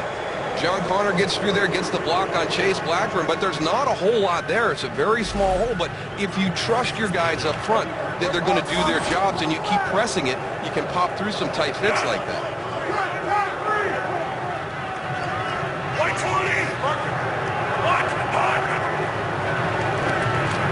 36 on first down. It's Green as the Jets continue to ground and pound. Gain of 4. Time for a game break. Here's Kurt. Well, the bad news season for the Vikings just got worse. Keep your eye inside the circle. Adrian Peterson on the run. His left knee just collapses on that hit. They're officially saying it's a left leg injury, but clearly it's a little bit more than that. Christian Ponder also out of the game with a head injury. They do have the lead in Washington, but bigger picture, not looking good. Kenny Moose and Goose. I hate to see that. Not a guy of that caliber. God, he's been battling injuries all year. Second down and 6 after 3 straight runs by Green. Sanchez in trouble. Down he goes. Justin Tuck with the sack of Sanchez back at the 34-yard line. That's just great patience by Justin Tuck. Watch him out right over here. He sees it. It gets nice and flat. He doesn't bite on anything and just keeps going and closing the area between him and Mark Sanchez. Does a nice job of wrapping it up. Almost gets the ball out right there. And a little bow to the crowd to get them fired up. It's funny to listen to him talk so highly about Jason Pierre-Paul. Yeah, you look at Justin Tuck, he's pretty athletic himself, and he said he's not even close to what Jason Pierre-Paul can do. I don't know about that. That was pretty good play right there. Sanchez on 3rd and 12, fires, and it's nearly intercepted by Kenny Phillips. Antonio Holmes, the intended receiver. Jets will send out the punting unit. Got that weird feeling right now, Tony. The game's kind of hanging there in the balance, waiting for somebody to make a play, Somebody needs to step up and make a play. Well, it seemed like the Jets had that momentum early until that big play led up by their defense, 99 yards by Cruz, and now it's sort of like stagnant, but it's swinging a little bit more towards the Giants down here. Conley punting from his own 23. From the 24, it's Blackman. And a nice tackle made on special teams by Bart Scott. Only a 3-yard return. Big sack by Justin Tuck. Giants get the ball back, leading by 3. Fox is sponsored by Verizon. Call ** NFL to download NFL Mobile only from Verizon. Early third quarter, Giants 10, Jets 7. First and 10 for the Giants from their own 27-yard line. Good protection on first down. Manning now moving to his right, chased by Pace. He throws. Darrelle Revis on the coverage for the Jets. Let's go back and take a look at this punt. I want to show you something the Giants are doing. We've noticed Jason Pierre-Paul out there. Here he is right here. Here's Linville Joseph. Here's Chris Canty. And then on the outside is Matthias Kiwanuka. You've got 4 defensive end type pass rushers. Dave Tollison, who's normally on there, is on the outside. So this Jet punt team in their protection is facing 5 pass rush specialists from the Giants defense. Giants doing whatever it takes. Brandon Jacobs. Jacobs running hard.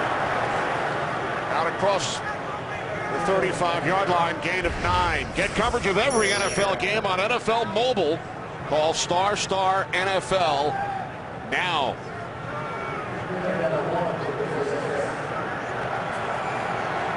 The way that Brandon Jacobs is running, 3rd and 1, and they take him out of the game.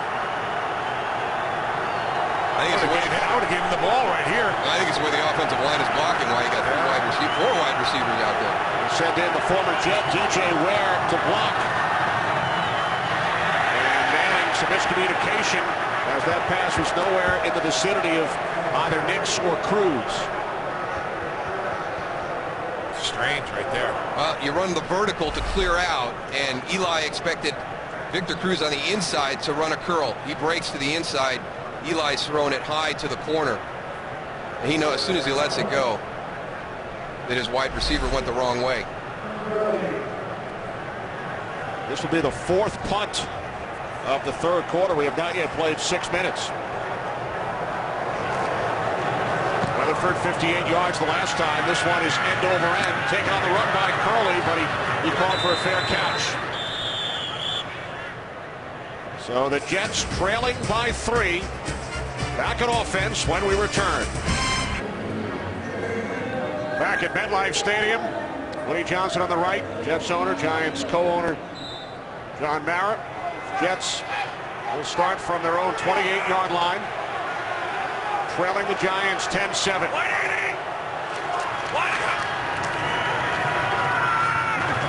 Sean Green spins across the 35-yard line.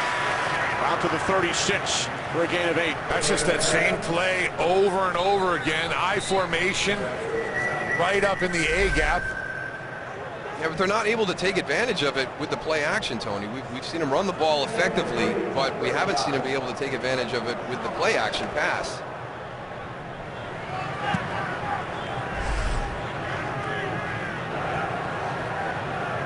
Green replaced by Tomlinson, 2nd down and 3.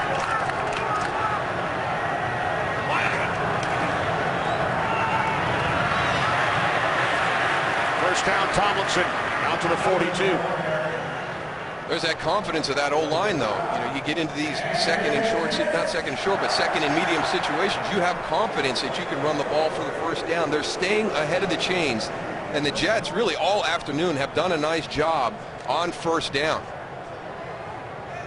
Sean Green right there trying to work out that little boo-boo he got. Football players get boo-boos? Yeah.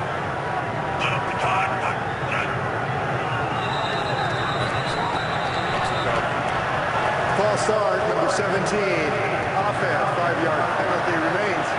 First down. We talk about that hard count with Mark Sanchez, and he got Plexico Burris on that one. Yeah, but there's no excuse. No. Being a wide receiver on the outside, you shouldn't be listening. You should be looking into the ball.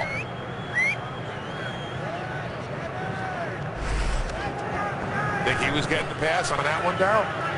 He's anxious right there. Well, I hope so. I mean, if it's a running play, he's even in more trouble.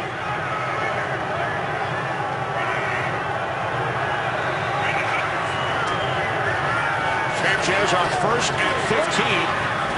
Catch is made at the 43-yard line by Dustin Keller for a gain of 7. Time for another game break. Here's Kurt. After being down 17-0 at home to the Dolphins, the Patriots mounting a comeback. Tom Brady hooking up with Deion Branch in the back of the end zone. 1-yard score that came off a Dolphin turnover. They're now within a touchdown in the 3rd quarter, 17-10. Kenny Musenden. I don't think any lead is safe when you're playing the Patriots. Tom Brady's just too good.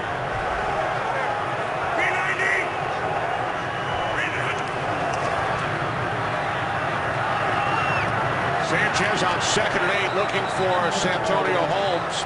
There is a flag back at the 36-yard line. It's against the Jets. Holding, number 78, offense. 10-yard penalty, still 2nd down. Yeah, Wayne Hunter had Justin Tuck on him, and he just tries to grab him and pull him down to the ground. Watch him right here. He gets his hands inside. He gets a little piece, tries to back up and yank Tuck down. See the jersey right there.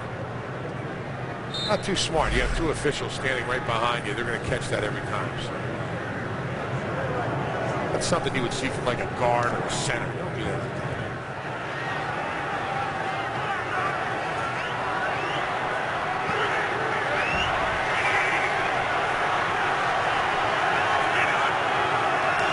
Second down and 18. And that pass is batted down by Rocky Bernard.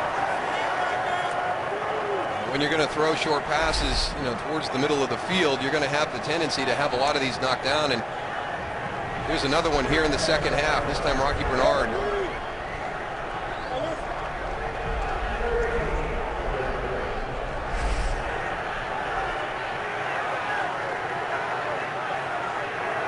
I've been impressed with the Giants' pass defense this afternoon. They've really struggled the last couple of weeks. The guys up front getting some pressure, getting their hands up, deflecting passes, but the coverage on the back end has been much better this week. Third down and 18.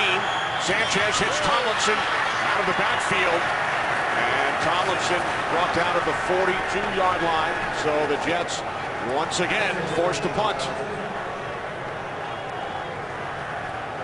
They got all these big guys out there again.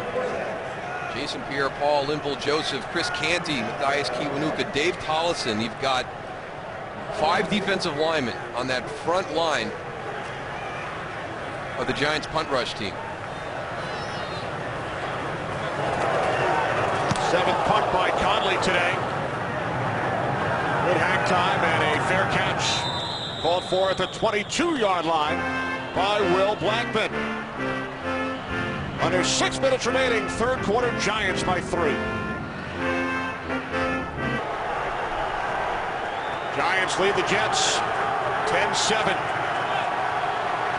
Giants go back to work from their own 22-yard line. Victor Cruz in motion. He caught the 99-yard pass from Eli Manning, which gave the Giants the lead late in the second quarter. Check down to Ahmad Bradshaw. And Bradshaw gains 8, tackled by Mike DeVito, but there is a flag. Foul, roughing the passer, number 55, defense. 15-yard penalty, automatic first down. That's on Jamal Westerman. Some missed tackles again, and then a penalty on top of this. I mean, a play that looks like it's going to be 3 yards ends up being almost 25 total. Jamal Westerman down first, then gets back up. That's silly. Trying to knock some sense into his own head.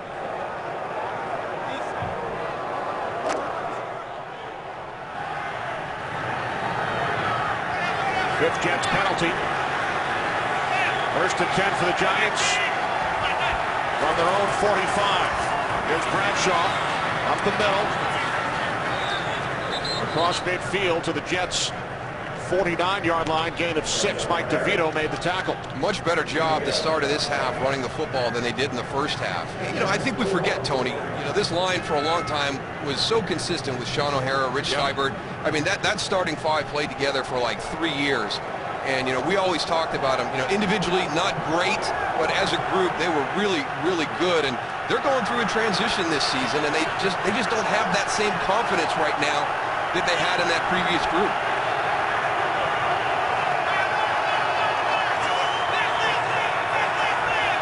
Play clock at 1, and Eli Manning calls timeout.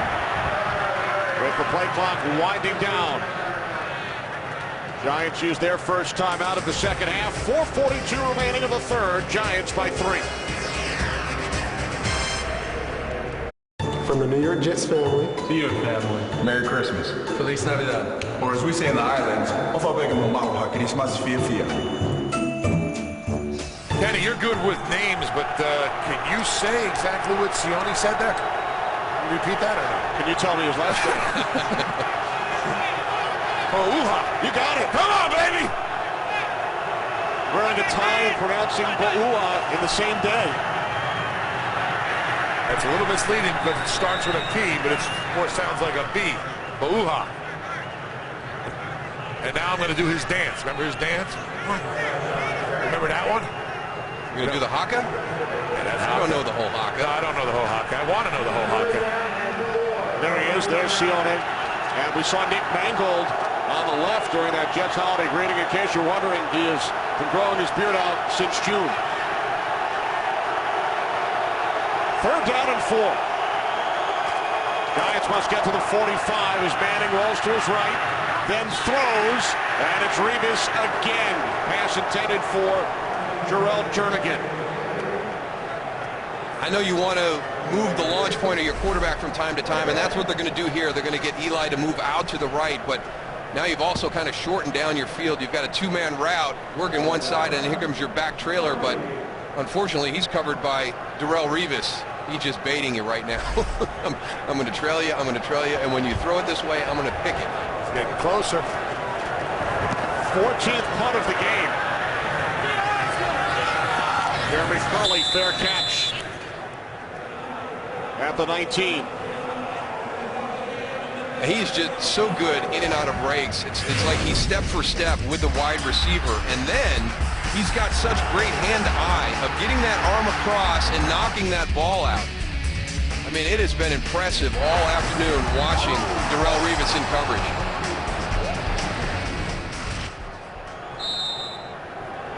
It's not how fast you run, it's how fast you stop. You say it all the time, Darryl.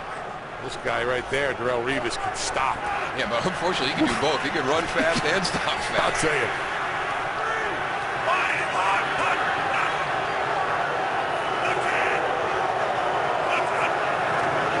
From the 19-yard line, the toss. Green bobbled it, and then makes something out of nothing. Forced out of bounds by Corey Webster. He picked up a Jets first down. Wow, this looked like it could be a disaster right here on the toss. Let's see if it's low. No, it's a great toss by Mark Sanchez. Sean Green just takes his eyes off it a little bit, and then, like you said, he sure does make something out of nothing. What a nice job on that sideline. Staying in bounds, yeah. Woo. Oh. Longest run of the day for the Jets, 13 yards. Jets scored a touchdown on their opening possession of the first quarter. Since then, 7 punts and a missed field goal. They trail the Giants by 3. From the 32, Sanchez to Holmes. And he did not maintain possession. Again, another example of the Giants in coverage today. Much better than they have been for the last couple of months, or a couple of games. Corey Webster, as he's bobbling it, is there to get there in time, knock that ball loose. And it's been a tough run for the Giants. I mean, they've played Aaron Rodgers, Drew Brees, Tony Romo, and Rex Grossman had a decent day against them last week. So they've played against some good quarterbacks here in the last month, but they've really played much better this afternoon. 2nd and 10, Keller. And it's 6. Out to the 38. Looks like the Giants all day, Darryl, have been staying in cover 2 back there with their 2 safeties and just playing everything in front of them. And knowing that the Jets really aren't going to take a lot of chances downfield. I'm surprised that the Jets haven't tried to go along that seam, and throw a nice seam route or something and go and split that combo back there. Well, it is something they've struggled with, over the last 4 weeks, the deep ball, and I'm surprised that Brian Schottenheimer hasn't given Mark Sanchez a few more opportunities to try him on a big play. Movement prior to the snap, false start, Jets. False start, 65 offense, 5-yard penalty remains. 3rd down. Right guard Brandon Moore flagged for the 2nd time today. And to get back to what you guys were talking about as we take another look at the penalty, the longest completion for Sanchez today has been 15 yards. I think everybody but Brandon Moore moved on that play. He was the only guy who stood still. Mark Sanchez trying to work that hard count like we talked about earlier, Darryl, but he has no confidence in the rest of his offensive line is staying on side. Sanchez on 3rd and 9, and Holmes made the catch, and then he fumbled. He was brought down, and let's see, now it's ruled. Now it's ruled an incomplete pass. Incomplete pass. This is back-to-back weeks where Santonio Holmes has had some big miscues. He's got it secured right there. I thought he had it. Took a couple of steps, and then it was knocked loose. It's close. But a couple of big miscues last week in that Philadelphia game in the first quarter.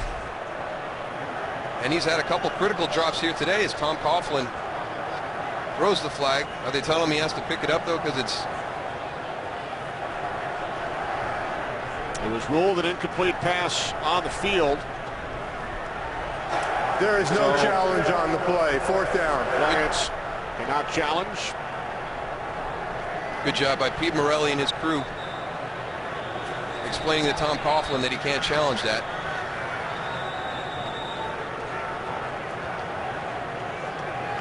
Holmes talking about it with Burris.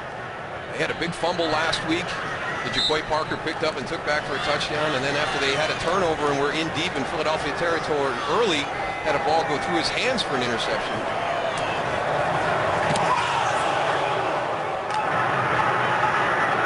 Blackman lets it bounce, and it takes a Jets roll inside the 20 to the 19-yard line with just under 2 minutes remaining in the third quarter. Coming up after the Giants and Jets, it's America's Game of the Week.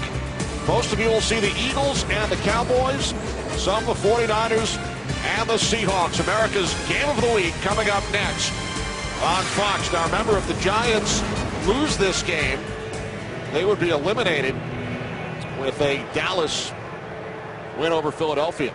If the Giants win, they stay alive no matter what happens in the Dallas game and would play for the division next week. A Giant win today would eliminate Philadelphia.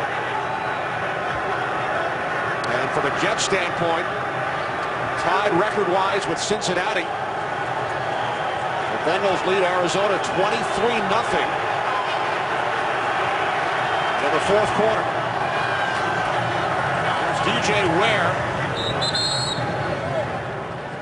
Takes it out to the 23-yard line for a gain of 4. Yeah, I think the Dallas Cowboys may be catching Philadelphia at the wrong time again. They caught them off the bye earlier this year, and Philadelphia put it on Dallas. And it's similar to Green Bay last year. You know, Chicago was trying to knock Green Bay out of the playoffs in Week 17 because they were one of the hottest teams in the NFL. They wanted to win the championship.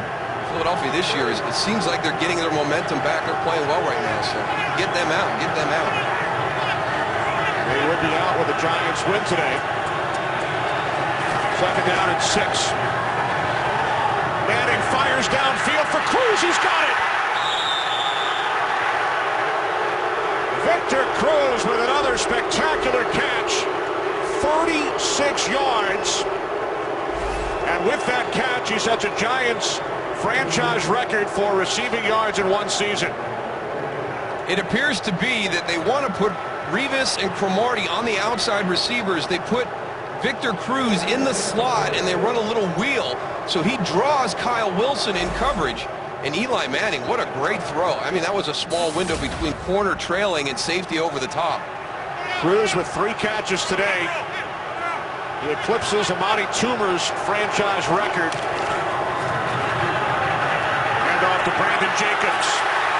Jacobs has a first down and more. Brandon Jacobs takes it all the way down to the Jets' 14. He gains 28 yards. Who says he's just a big man? Some wheels here for Brandon Jacobs as he gets to the outside. Nice job of going and seeing a soft edge. He's got to stay in. You see he stepped out of bounds. This might be hard to believe, guys. That is only the 3rd run for the Giants all season of over 20 yards. And the first time Jacobs has done it. Yeah, they just got their 2nd one last week. Bradshaw. Inside the 5. Touchdown, Ahmad Bradshaw.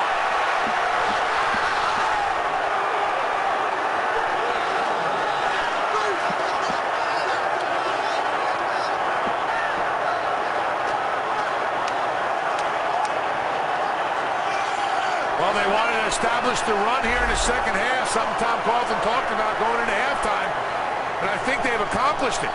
Hey, Tony, how about the role reversal, though? Brandon Jacobs on the big run to the outside. Now, here's your little guy. Boy, he just drops it on Rodney Poole. I mean, he just lowered his shoulder and ran him over. Finds the extra point. 3 consecutive plays. 36 yards to Cruz. 28-yard run by Jacobs and a 14-yard touchdown run by Ahmad Bradshaw. That has been the MO today for the Giants. They have struggled for the majority of this game, but it's been the big play.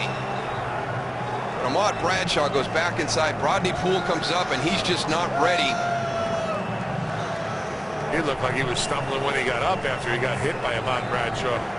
We're going to go and check Poole on the sideline, make sure he's okay. For Bradshaw, his 4th touchdown the last 3 games. Giants lead by 10. How he puts his head down and just completely runs him over. What did Bart Scott say about Ahmad Bradshaw? Said he runs like an alligator. He says everything's going. You can't go and get him. You don't know which way he's going or what direction he's going. His legs are moving. His arms are moving in a different direction. All of a sudden he gathers up, and he's a powerful man.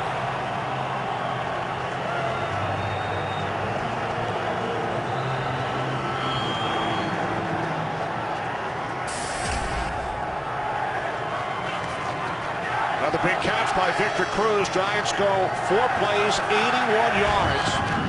They have scored 17 consecutive points after falling behind 7-0. Well, this January, Fox returns to the Octagon with an incredible UFC Fight Night triple-header. Some of the UFC's best fighters will battle for a shot at the title, headlined by former light heavyweight champion Rashad Evans and undefeated Phil Davis, plus 2 explosive middleweight bouts. The UFC Fight Night on Fox tripleheader live from Chicago on Saturday, January 28th at 8 Eastern, 5 Pacific. That looked like one of the knockouts right there. See that one? Bradshaw by TKO. From the 20, Sanchez on first down. Soft touch, and Green unable to make the catch. If he gets that ball to Sean Green, they have got a lot of room to run after the catch, because you had deep routes crossing the field. It's a good decision by Mark Sanchez, but watch to the right side as he checks down. There goes Santonio and Plaxico. He's going to have to make one guy miss. Antrel Roll is coming off of the play, but he's got a lot of space to cover, and there goes Brodney Poole. Yeah. He lost the battle against Ahmad Bradshaw heading in. I think you're right, Tony. I think he might have. Yeah, he was dinged. On 2nd and 10, it's Green. And he runs right into the arms of Chase Blackburn as the 3rd quarter comes to an end, with the New York Giants leading the New York Jets by the score of 17-7.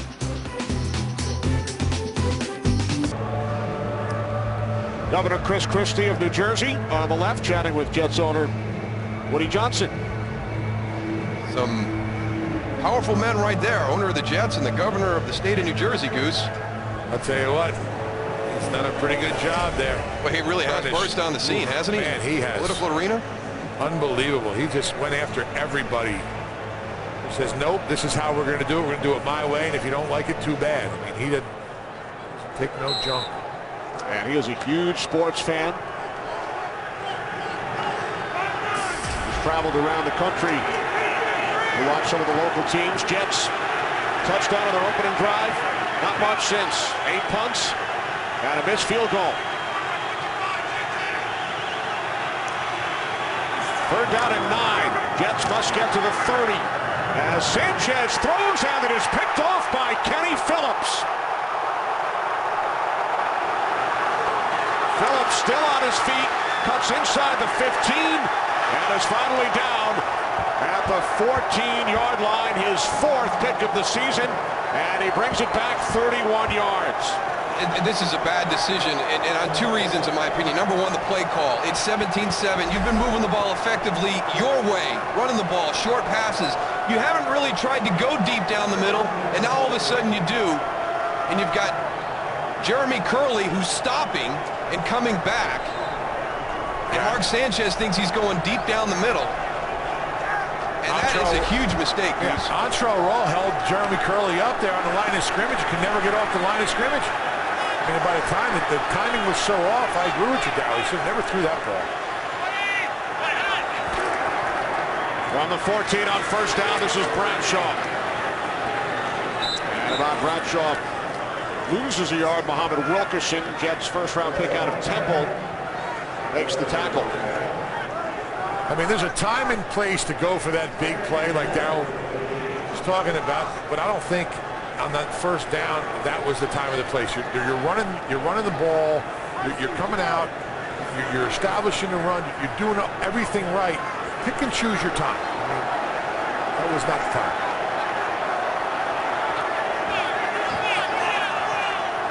There, Pasco in motion, second down and 11 from the Jets 15. Manning steps up and then is taken down back at the 19-yard line. Muhammad Wilkerson, third sack this season. But it's a good thing they got pressure here because this is a play, this is a double move in the red zone designed to go to Travis Beckham for a touchdown, but Eli Manning's not going to have the opportunity to get it off because of the pressure. Travis Beckham, 47 right here, a little out and up.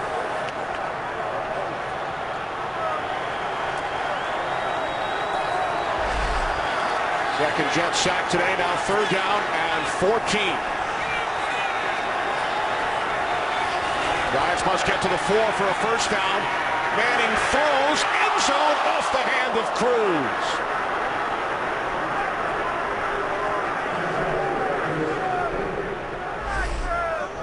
Looked like Victor Cruz might have just mistimed his jump a little bit. No, that's just sailed on Eli a little bit. You can see him staring at it at the end. He timed it well. He's elevated as far as he can go. Victor Cruz already with 164 receiving yards on only 3 catches. He set a Giants franchise record, breaking the mark set by Amani Toomer back in 2002. 36-yard attempt by Tynes. It is good, so the Giants extend their lead following the Kenny Phillips pick. Early fourth quarter here at East Rutherford. Giants lead by 13. Sponsored by the 2012 Jeep Wrangler Call of Duty Modern Warfare 3 Edition. Rated M for mature. By Lowe's. Lowe's, never stop improving. And by Windows 7. It's a great time to be a family.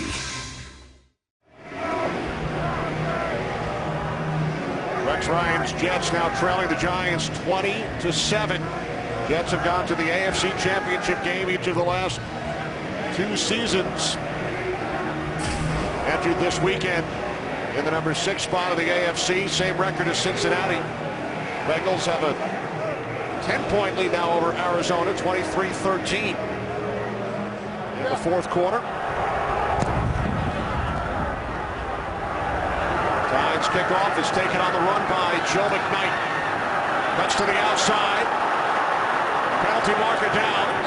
And McKnight finally forced out of bounds by Tynes at the 39 after a return of 33 yards. Special teams coach Mike Westhoff can't be happy for the Jets. During a return, illegal block in the back, number 26 of the receiving team. 10-yard penalty, first down. A lot of penalties today on special teams for the New York Jets. You mentioned that they've gone to the AFC Championship game, Kenny, the last 2 years. When Rex Ryan took this job over, he needed to change the culture and the perception of the Jets here in the Manhattan area.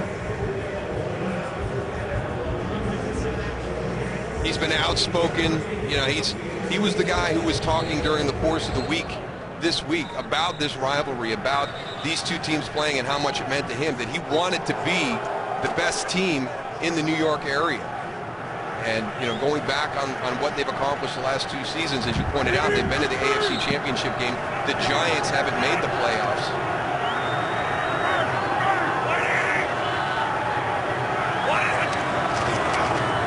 From the 26, Sean Green right into the arms of Matthias Kiwanuka as we take you back to some of Rex Ryan's comments this week. You feel like you have to win this game. I feel like I have to win this game because I put it out there. I want to be the better team in our city. There's no doubt. I want to be the team that people talk about, that are interested in, and you do that by winning. When you got 2 teams that share the same name and share the same stadium, it's much bigger than that, and I realize it. On 2nd and 12, Sanchez's pass nearly picked off by Phillips once again. But they have not played like the better team this afternoon. They did in the first half, but they didn't take advantage of their opportunities. They let the Giants hang in there, and now they have not played well. This is another bad decision by Mark Sanchez, and he's lucky he gets away with this one. His receivers are not even looking back for the ball. That's probably the fourth pass we've seen today where the receivers are not even making eye contact with Mark Sanchez. The Jets have run 64 plays today, 21 more than the Giants, but they have not scored since their opening possession. 3rd down and 12. As Sanchez throws, and the Jets pick up the first down. Dustin Keller out to the 38-yard line for a gain of 13. And there's still plenty of time left in this fourth quarter for them to just go down the field the way they normally do. I mean, you're getting into this hurry-up situation. It's a two-possession game. I mean, by their defense holding them to a field goal on that last turnover, not a whole lot changed. Timeout is taken by the Giants. Again, they had 12 men on the field.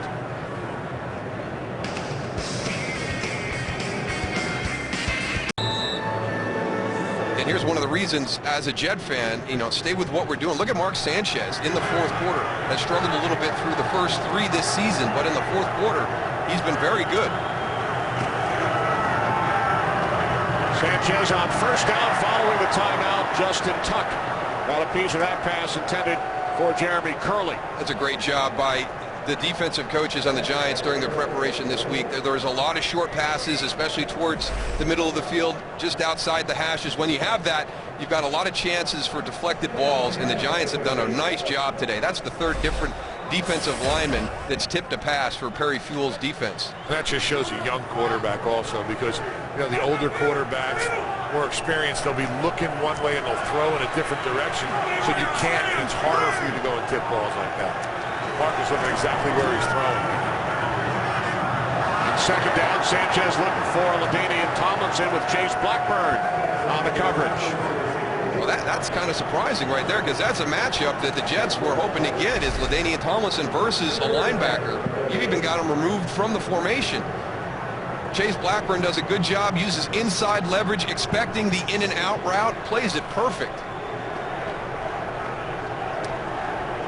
Blackburn in his 7th season, re-signed by the Giants in late November. He's on his couch, as Tom Coughlin told us, for the first 2 months this season, and he's done a nice job since his return. Now 3rd down and 10, as Dustin Keller makes the catch, but Deion Grant right there to make the tackle, stopping Keller 2 yards shy of the marker. You got to go for it here, no, Darryl? I think so. Yeah, I think so. They're going to run out of time if they don't, especially you don't want to put the ball or try to keep the ball out of Eli Manning's hands. Mark Sanchez makes a nice play right here. Keller just a little bit short. He really did. He had Michael Boley right in his face, Tony. He came free off the edge. He stood in the pocket strong and made a nice throw to Dustin Keller. So Rex Ryan leading the offense on the field. 4th down and 2. Just over 11 minutes remaining, 4th quarter. Sanchez on 4th down, overthrows Keller, and the Giants will take over on downs, although there is a flag. Wow. This is going to be another huge penalty against the Giants. A late flag was thrown, and it is against the Giants. Pass interference, number 34, defense. Automatic first down. Wow, Deion Grant. I don't like that play call by the Jets at all. I mean, 3rd and 1. Here's Keller right here. The penalty's on. Grant is just holding on to him, and Keller sells it and gets the flag. I don't know. It could have been anything, Goose. You can go with pass interference. You could have went with illegal contact, which gives you a first down, too. There was more there on the replay than I saw at game speed. Jets gained 27 yards via the penalty. From the Giants, 26, Sean Green. Down to the 23-yard line, a gain of 3. But I agree with your point, Tony. I mean, they are really lucky that they got that flag, because I did not like the play call, and I did not like the decision by Mark Sanchez. Yeah, they came out in shotgun. Now, 3rd and 1 or 4th and 1, you would figure they'd at least go and try to sell the run a little bit. Sanchez to Burris. He's got it. Touchdown and a penalty marker back at the 10-yard line. This one should be going against Plaxico. It is.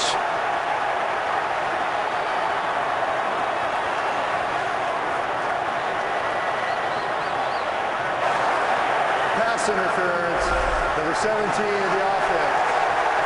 10-yard penalty remains second down. You see him push off to get separation right there. The shove by Burris on Prince Amukamara. So the touchdown is erased. And the Jets will set up 2nd and 17 at the Giants' 33.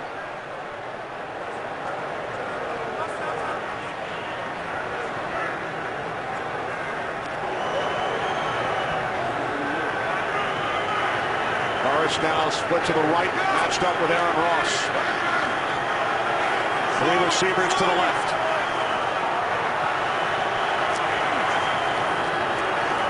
Sanchez on 2nd and 17. Hit by Jason Pierre-Paul. The ball comes loose. And the Giants have recovered.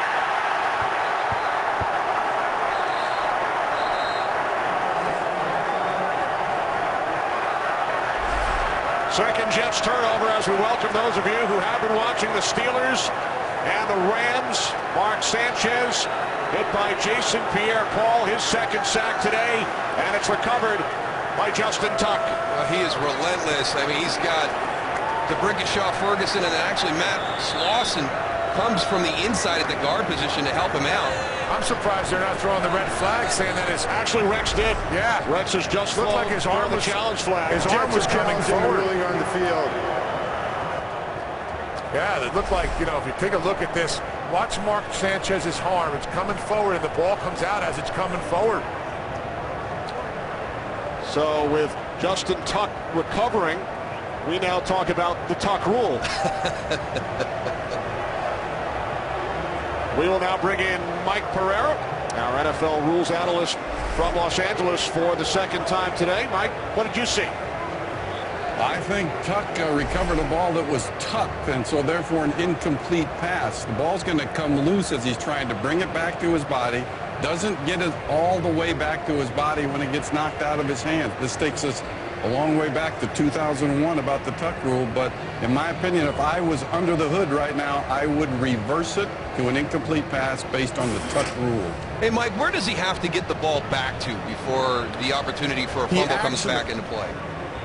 He's actually, by rule, he's got to get it back into his body and therefore become a runner and begin to head upfield. The whole emphasis of the rule is to lean to the incomplete pass. So until he gets it tucked into his body and heads upfield, if it comes loose in that process, as you see it here, bringing it back in and it gets knocked out before it gets into his body, then to me, I look at the play and say, did he get it against the body? Did he head upfield? Then it'd be a fumble. But if I'm under the hood, I reverse this one to an incomplete pass. See what happens, Pete Morelli. So Mike thinks it will be reversed, in which case the Jets would have 3rd down and 17 on the Giants' 33. Tell you what, Darryl, that Giants defensive line is putting serious pressure on Sanchez. And we didn't see that the whole first half. They just turned it on here. Well, you know, we talked at the top that the Giants today needed to help out Eli, and they really have in a number of areas. They've run the ball more effectively here in the 2nd half with that offensive line. Their defense has been good all day. You know, Jason Pierre-Paul and Justin Tuck is, you know, he's getting healthy. He's been battling some injuries all season long. And, you know, when we talked to him yesterday, he said this is the best he's felt in a couple of weeks. And, you know, he's got a neck, he's got a knee, he's got an ankle, he's got a toe. And for a guy who rushes the passer, you know, those are some like he's got limiting. An eye now. Yeah, now he's got a piece of rubber in his eye. You know, he suffered that initial neck injury, the stinger, in the preseason game back in late August against the Jets. He said this is the best he's felt since then. And Pete Morelli has made a decision. After reviewing the play, the quarterback's arm was going forward. It is an incomplete pass. The ball is 3rd down. Please set the game clock to 10:38. And New York, the Jets, will not be charged a timeout or a timeout. So Rex Ryan wins the challenge. Jason Pierre-Paul loses the sack and the forced fumble.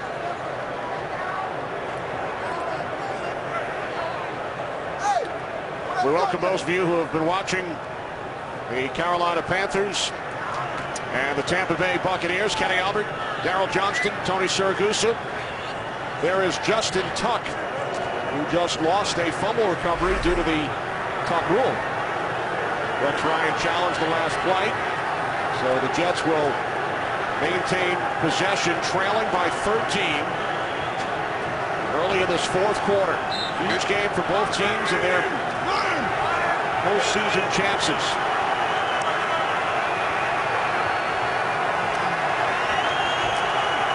Third down and 17. Sanchez throws, caught by Holmes, and Holmes is tackled at the 18-yard line by Webster, about 2 yards shy of the marker, so it's now fourth down and 2. You get everybody going vertical, and then you drag underneath.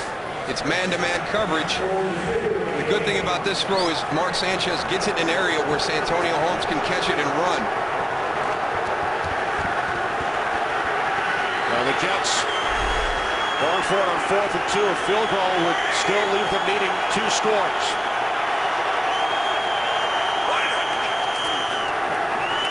On 4th down, Sanchez to Curley. Jeremy Curley makes the catch for a Jets first down. Takes it to the Giants' 8-yard line.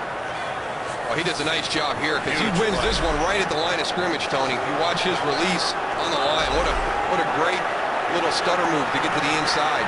Now on 1st and goal from the 8. Pass intended for Keller. Guarded by Deion Grant. You watch Jeremy Curley's going to win this route right at the line of scrimmage on his release. As he's coming across in motion, goes to the outside and then jumps back inside on an intro roll.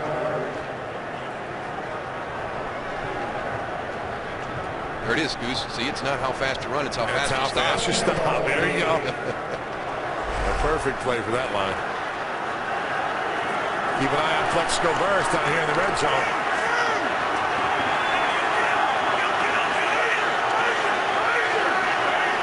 Sanchez has thrown a career-high 49 passes today. This is number 50. It's complete to Holmes. Webster wraps him up at the 2-yard line.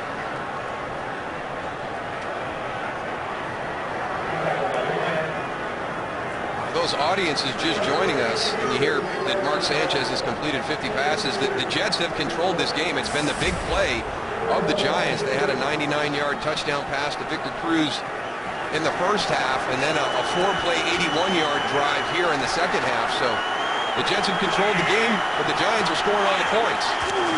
And the snap could not be handled by Sanchez. Ball rolls into the end zone. And it looks like Williams has recovered. Mark Sanchez never got the ball up, and it bounced forward into the end zone. Jaquan Williams on the recovery for the Giants. Sponsored by McDonald's. I'm loving it. We welcome those of you who have just joined us. Jets had 3rd and goal from the 2. And Sanchez unable to handle the snap from Mangold, recovered in the end zone by the Giants. No, Kenny, I'm not going to say Sanchez couldn't handle the snap. I'm going to say Nick Mangold had a terrible snap. I mean, he snapped that into his inner left thigh. I'm going to put that one on the center. Even though he was reaching and Mark Sanchez is going to need to ride him to that left on that block, I'm still putting that one on the center. Second turnover by the Jets here in the fourth quarter. Giants lead 20-7. Manning looking for Nix, and it's picked off on the deflection by Harris. David Harris takes it all the way down to the Giants' 10-yard line. His 4th interception of the season, so the Jets get it right back. Wow, what an exchange of plays. Out on the bottom of the screen. Guess who it is again, Tony? Let me guess, Mr. Revis. And then a one-handed pick by Harris. Nice job by Harris right here, getting the ball up, turning. Hustling back, though, Tony. The throw is there. You turn and run to make a tackle, and good things are going to happen. There's a great example by David Harris. I'm really surprised at the Giants, the way they've been running the ball. Why do you come out passing the ball in this situation? At Revis. At Revis.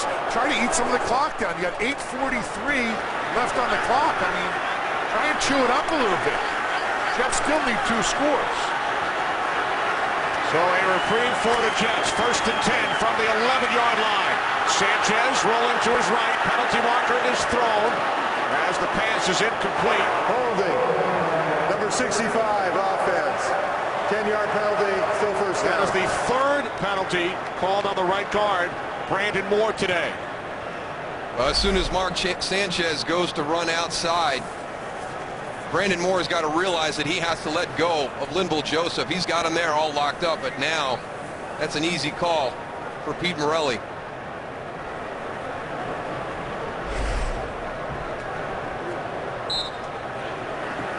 Jets are beating themselves with some of these plays. Penalties.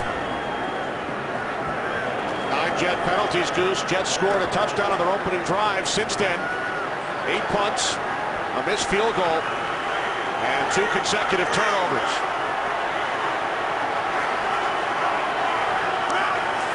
First down and 20. Sanchez backpedaling. He breaks free, and then the pass is batted down. No whistle, they're going to recover that.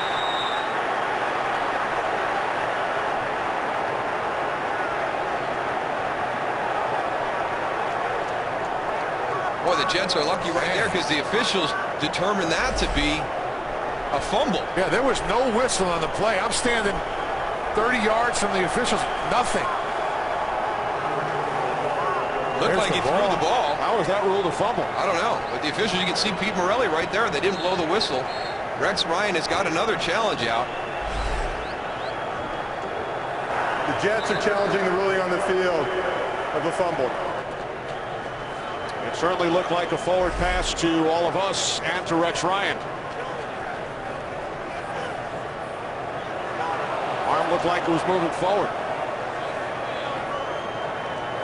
But watch the official in the background. He hasn't blown his whistle, and it's the one thing we saw a big play with this a couple of years ago in the playoff game with Baltimore when they picked up the ball and ran it in for a touchdown because they played to the whistle. There was no whistle there. The Jets are fortunate they jumped on that. Now, although the arm was moving forward, perhaps the question is whether or not the ball left his hand. The ball was still in his hand when it got knocked back by Joseph, and we'll bring in Mike Pereira, who's earning overtime today. Mike, what'd you see on that one? Well, I mean, I kind of see what you see. Remember, let's not focus on the arm. You got to focus on the hand. Was the hand moving forward with control of the ball? And when I'm in the booth now looking, there's that movement, the hand starting forward. There's no movement of the ball whatsoever. If I'm under the hood here again this time, I actually reverse this to an incomplete pass, which then certainly makes this a field position difference.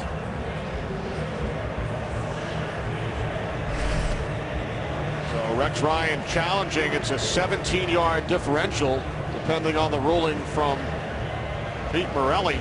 It's a risky challenge, though, because really, if the Jets win, they're only going to, gain. How many yards? Not what they win, it's what they lose. If he doesn't challenge it, I mean, look where you are. You're at the 38-yard line right now. Yeah, they were getting back 17 yards, Goose. Number one, you got to trust in what you see. And we all felt like the whistle should have been blown because we felt that the hand was going forward.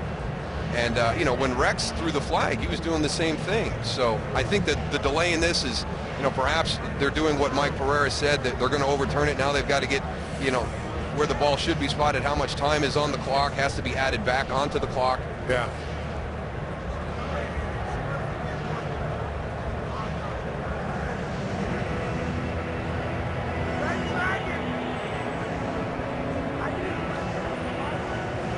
We welcome a new audience. Kenny Albert, Daryl Johnston, Tony Siragusa in East Rutherford, New Jersey.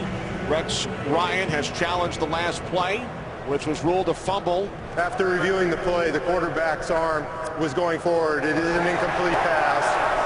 Second down. Please set the game clock to 8:31. Since the Jets have 2 correct challenges, they are entitled to another challenge in this game. So Rex Ryan winning his first 2 challenges, as you heard from Pete Morelli. This was ruled a fumble. However, it has been reversed to an incomplete pass, which is what Darryl, Tony, myself, and Mike Pereira all thought would be the case. So the Jets gain back the 17 yards that were lost. We now welcome those of you who have been watching the Bengals and the Cardinals. Cincinnati hangs on for a 23-16 win. That is not good news for the Jets. Bengals win for the 9th time this season. Jets are 8-6, and they trail this game by 13. Sanchez throws, and it's caught by LaDainian Tomlinson. He's tackled by Deion Grant at the 13-yard line, gain of 8. And just understand, we've already had 2 fourth-down plays here on this drive. This is got 2 more downs here, so you don't have to convert this right here down to the 1-yard line to get your first down. So Brian Schottenheimer, be good with your play calls here, knowing that you're going to have a 4th down. 3rd down and 12. Big penalty committed by the right guard, Brandon Moore, earlier in this series. Sanchez steps up. Now moves to his left. There's a penalty flag. Sanchez still has it. He runs. He's inside the 5, and he dives. And is close to a first down. Looks like he was just short. But there is a penalty marker on the field. They might get an automatic first down with the penalty.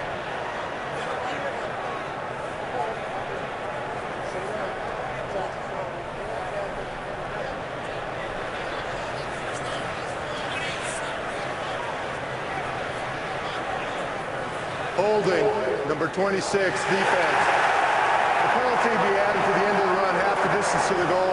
Automatic first down. I want you to watch the heads up on Mark Sanchez. Jason Pierre-Paul is going to come from his left side. Watch as he goes behind him. He's going to take a look back over his shoulder. Where'd that guy go? I know he's good. All right, I'm sneaking out this way. Tell you what, he does a nice job of trying to get to that first down marker right here. Needs to get that ball in the outside hand, though.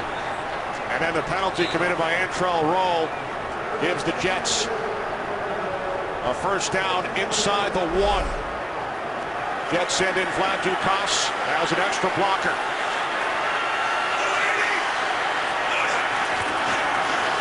On 1st and goal off the fake to Green. Sanchez looking, and now he will take it in. Touchdown, Mark Sanchez.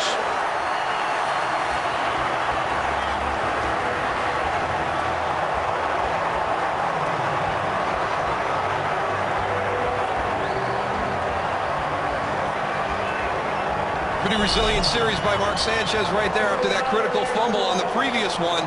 Great play fake right here. He gets everybody. And then there at the end, Mark Sanchez is worrying about who's he going to block. He's got to tuck that ball in and get to that corner. 6th rushing touchdown for Sanchez this season. Folk, the extra point. It's now a 6-point game as the Jets convert following the interception by David Harris. The Giants' lead has been cut to 6 following the Sanchez touchdown with just over 7 minutes remaining in the 4th quarter.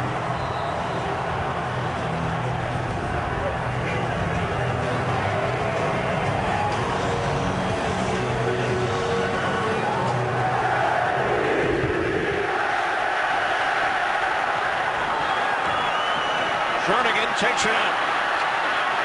And is cut down as he crosses the 10-yard line by Tracy Wilson. Another good special teams play. As we welcome you into the broadcast booth, we've had a little bit of everything in this one so far over the first 3.5 quarters. It has been a little bit crazy, especially here in the 4th quarter. Now, both of these quarterbacks have been excellent all season. In the 4th quarter, we had Mark Sanchez with a mistake, and we had Eli Manning with a big mistake when they got the ball back. But this has been the time that these two guys have shined during the course of the season. We'll see what Eli can do in this possession right here. Well, it's nice to see him. At least he's under the center right here and not in shotgun. So hopefully they'll go back to the run game a little bit and take some of this time off the clock. Here's Brandon Jenkins up the middle, out to the 17. Manning and the Giants are not used to playing with a lead in the fourth quarter. Remember, in 6 of the Giants' 7 victories, they have come from behind in the fourth quarter. He has been clutch all season long. And here's another one of those opportunities, as you pointed out. They have the lead right here. They're not coming from behind, but can Eli put together a nice drive here, take some time off this clock, keep that Jet offense on the sideline? It's a Jets home game. Fans are on their feet. Here it is, Rutherford, as Jenkins, hard man to bring down, but he is bottled up at the 15-yard line. They blew the whistles a little early on that one. I mean, I know they had him wrapped up, but he was still moving forward. So a huge play coming up to 3rd down and 8 for the Giants as the Jets try and hold and then get the ball back, trailing by just 6. On the last interception, Eli Manning went after Darrelle Revis. He's down at the bottom. Revis is down here. Akeem Nicks is the guy you really want to know where he is on the field. 3rd down and 8. And Manning throws it out of bounds. Nicks cut the other way. That is the second time we've seen that route combination, and Eli Manning and Victor Cruz not on the same page. This time, watch Victor Cruz release to the outside. He's going to stop. He's running a little in route, and that one gets thrown long. And then a late flag, intentional grounding. Number 10 offense. It was in the pocket. I mean, Brodney Poole. Pass it down, 4th down. Brodney Poole came on the blitz on the outside after he was covering Cruz, and then Eli saw that he was coming at him, and it looked like Victor Cruz just wasn't on the same page as Eli. Thought he was going to run an out route, and he just dumped the ball out of bounds. And nobody was out there, so they get the penalty. Puts them back a little bit. So now Weatherford about 7 yards deep in the end zone.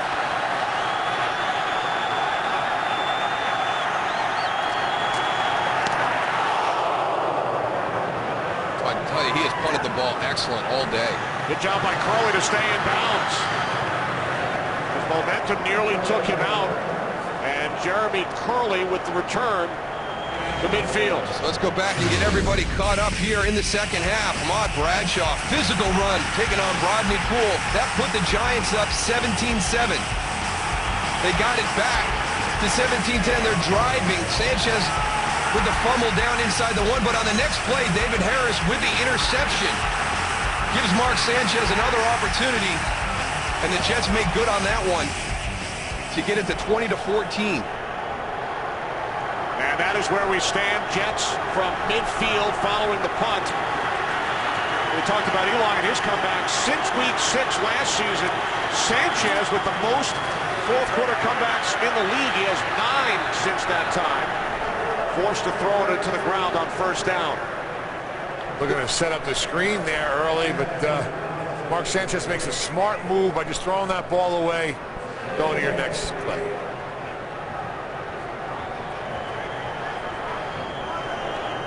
We've talked about other guys on this Giant team stepping up to help out Eli. The defense needs a huge stop right here. They've been on the field a bunch this afternoon.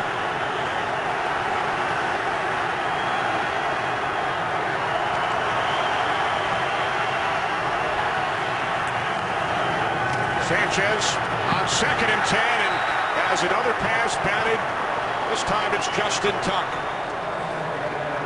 This is one of the things that the Giant defensive line has done an excellent job with this afternoon, understanding that in a short passing game, if you can't get to the quarterback, get your arms up in those throwing lanes. That's the 2nd one for Justin Tuck today.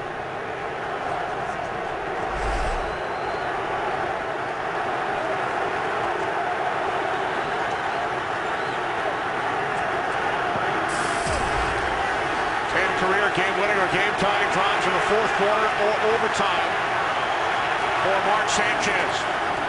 3rd down and 10.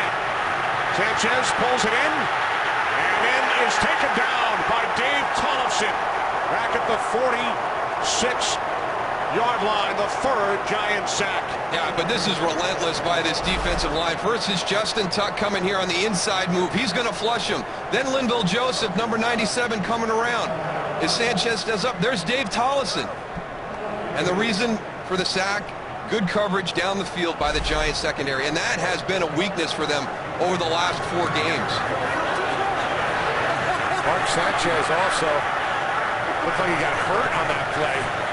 We'll keep an eye on him. He was slow to get off the field. Remember last week in that Philly game, Goose, he suffered a burner down the right side on his right arm. So we wonder if he re-aggravated that. I don't know, he got slammed down right here by Tollison. He wraps him up and boom, right on the shoulder. I mean, this whole way to the sideline, he was bent over.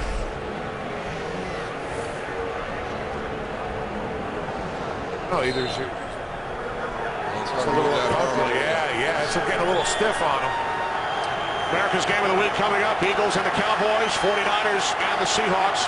4:55 remaining in this one. Giants with a 6-point lead from their own 18-yard line. Jets of all 3 of their timeouts. Ahmad Bradshaw out across the 20 to the 21. Gain of 3. Obviously, at this stage of the game, critical with ball security, and Rex Ryan told us, hey, Ahmad Bradshaw and Brandon Jacobs have a history of putting the ball on the ground, so we're going to go after them during the course of this game. We'll see if we see the Jets. If one guy's got him slowed down, if the second guy coming in is going to punch that ball out. There have been 3 turnovers in the game, 2 committed by the Jets, 1 by the Giants, all in this 4th quarter. 2nd down and 7. Here's Bradshaw, looks to turn the corner, and he's tackled at the 24-yard line by Wilkerson, setting up a 3rd down and 3 as we hit 4 minutes remaining, and the Giants leading by 6. Jets still have all their timeouts. You can see the 3 lights up here. Jets know that the Bengals have already won today. Giants with a win will play for the division crown next week.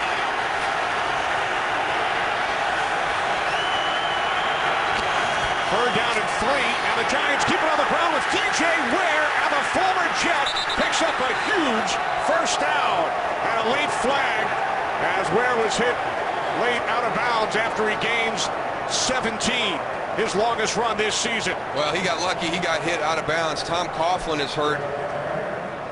See if he got rolled up on the sideline. Personal foul, unnecessary roughness, late hit out of bounds, number 51. But DJ Ware, first down. DJ Ware needed to get down and stay in bounds. Number 70 is reporting is eligible. 70 has reported. Wow, very similar to what we saw earlier this season when Sean Payton was hit by his tight end, Jimmy Graham. Got to pay attention on the sidelines when the ball is coming towards you. Yeah, you got to leave your feet, man. Your feet get stuck in that turf. Forget it. And Tom Coughlin now sitting down on the Giants bench. Penalty committed, the late hit by Aaron Maybin. 1st and 10 from the Jets 43. The toss for Bradshaw, and he gains 3 down to the 40-yard line before he was tackled by Mike DeVito. The good thing is it looks like they're checking the hamstring, and you saw his leg go straight when he got rolled up, so that's good news that it isn't the lower leg or the knee.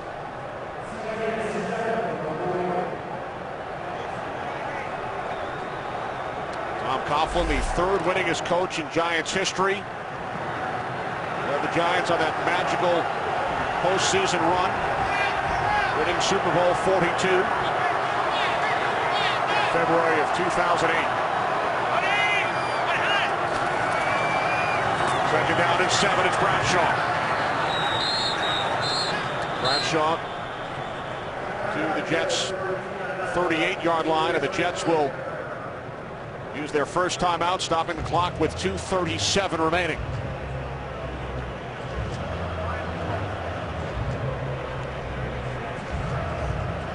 Interesting to see what the play call will be here on this next snap for the New York Giants. Do they go and continue to run the football? They ran on their last third down with a nice little play to DJ Ware, but this is a little bit longer. Do you throw the ball and risk the incomplete and stopping the clock? With the 2-minute warning and 2 timeouts, the Jets are going to get 3 stoppages. Well, the way they've been running the ball, you would think that they would want to keep it on the ground and keep that clock moving. Force the Jets to call another timeout. Tom Coughlin trying to shake off the pain. 3rd down and 6. With the Giants leading by 6.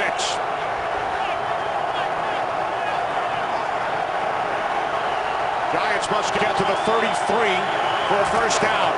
And they do keep it on the ground with DJ Ware.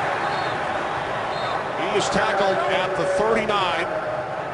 Jets use their 2nd timeout with 2:31 remaining.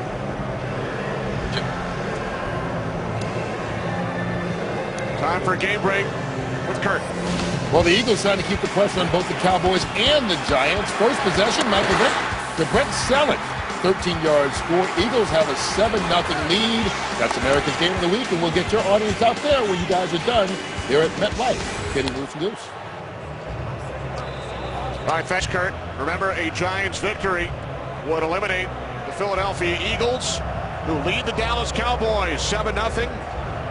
Many of you will see that game coming up, America's Game of the Week, as the Jets will get the ball back. Weatherford on 4th down and 6.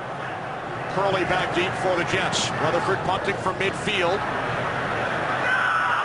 And he will pin the Jets inside the 10. Fair catch is made by Curley at the 7. With 2:24 remaining, Rex Ryan and the Jets trailing by 6. They have 1 timeout plus the 2-minute warning. Now remember the last time that Mark Sanchez left the field, carrying a little bit of soreness with him as he was sacked on that play, but the stage is set. We showed you the graphic earlier. 10 fourth-quarter comebacks. And you see his day today, 54 attempts. Which is a new career high. The 27 completions match his career high. Well, it's the Giants who lead by 6. Sanchez in the end zone, wrapped up. And a penalty marker is thrown. There are 2 flags as he was wrapped up in the end zone, and then this was caught by DeBrickashaw Ferguson, the left tackle. Chris Canty with a great inside move. Reeling on the field, the quarterback's forward progress was stopped in the end zone. It is a safety. Wow. So before Sanchez got rid of the football, it is ruled that his forward progress was stopped. Since the quarterback was sacked in the end zone. So it was ruled that Canty was in, Sanchez was in the grasp of Canty. Well, that's what happens when you retreat as a quarterback in a situation like that. You cannot get back into that end zone. If you don't have it right out of the way, you got to get rid of it. Yeah, he's going to have intentional grounding otherwise, Goose, and he's still going to get the safety. But it kind of comes back to one of the things that Brian Schottenheimer told us about when we met with him and said, you know, where are some areas that you would like to see Mark Sanchez make improvements? And it was, you know, one of the big ones, situational awareness, which is during the course of the game, understanding kind of the big picture of the play and the moment in the game. And in that situation right there, you know, understanding as you retreat from pressure into the end zone, what can happen? Just, you know, step forward, throw that ball out of bounds. Sanchez did not get rid of it in time. Giants now lead by 8.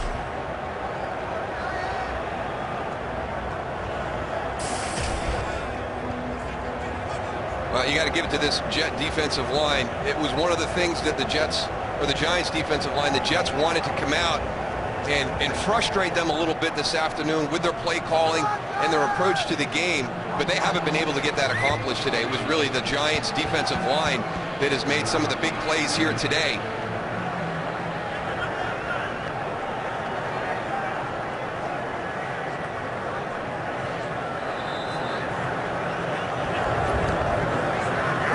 onside free kick by Folk. And it is Giants football. I don't think I've ever seen an onside kick done that way before. We've seen just about everything else today. Why not? It's more like an onside punt.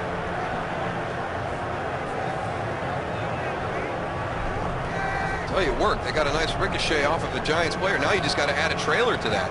Normally on the onside kick, you got everybody pressing down the field. Jets could not recover inbounds. So the Giants take over on the Jets 19. Jets still with a 1 timeout plus the 2-minute warning.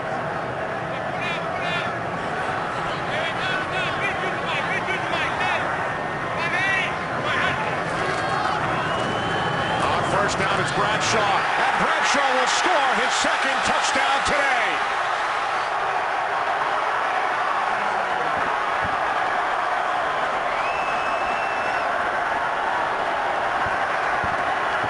Hey, you know the Giants are going to try and run out the clock, so you bring everybody up tight, kind of like a 4th and 1 situation, and when you break that initial plane from time to time, you've got everybody at the same level. You don't have any support from a linebacker depth, and Ahmad Bradshaw comes through, and once he breaks through that initial line of scrimmage, there's nobody there to make the tackle.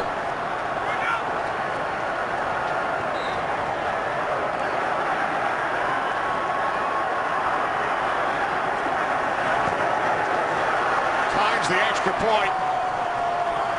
Giants lead by 15. You watch all the Jets, see all the Jets crowded up to the line of scrimmage. So if you can create a hole, if you can create a running lane for Ahmad Bradshaw and he breaks through there, there's nobody there in secondary support. That's a good block by Chris Snee on Mike DeVito. Number 76 gets the critical block right there. Just enough for Ahmad Bradshaw to get through.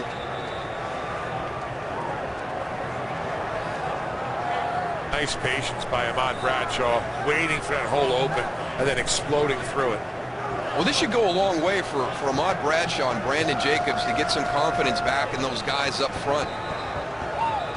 Tell you what, they came out in the second half and just, you know, they wanted to go and establish the run in the second half. Talking to Coach Coughlin, and that's exactly what they did. I mean, they came out in the second half completely different now than the first half. Completely. Oh, without a doubt. I mean, they did not run the ball at all. You see what happened there in the first half just for Ahmad Bradshaw, less than a yard per carry.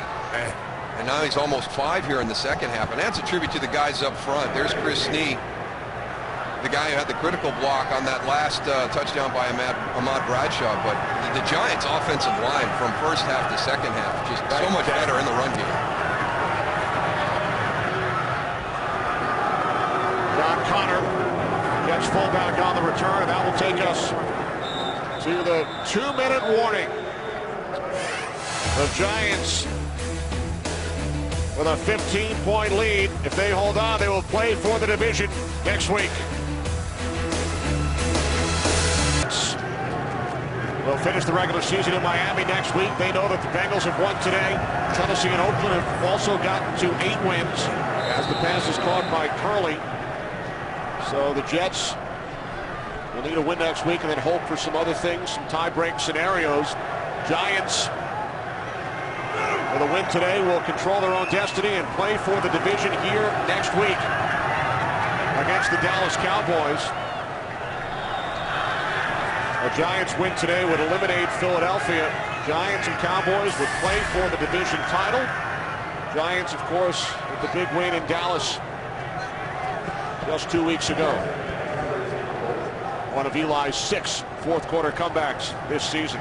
As you pointed out, Kenny, they got off to a great start this season, getting out to 6-2, but then they hit the tough part of their schedule. It's been a tough 4 or 5 weeks for these Giants. Sanchez complete to Keller for a first down. Favorable schedule early for the Giants. They start 6-2. 6th win came in New England, and then that horrific stretch continued at San Francisco. The loss to Philadelphia, loss in New Orleans, loss here to Green Bay in the final minute. But Tom Coughlin's club with a big effort today after falling behind 7-0. And the tide turned with that 99-yard catch and run by Victor Cruz, who has been a huge part of the Giants' success this season. It'll be one of the things that Rex Ryan talks to his team about were the missed opportunities in the first half when the Jets really controlled the entire game. They even had this guy under control a little bit, Jason Pierre-Paul, but he's just come out and had a monster second half. That's his second sack of the day right there. But the Jets made one mistake in the first half, and that mistake cost them a 99-yard touchdown to Victor Cruz. But other than that, they played great, but they just didn't take advantage of any of their opportunities in the first half. Sanchez complete to Tomlinson. Canadian heading for the sidelines. We are under 1 minute remaining.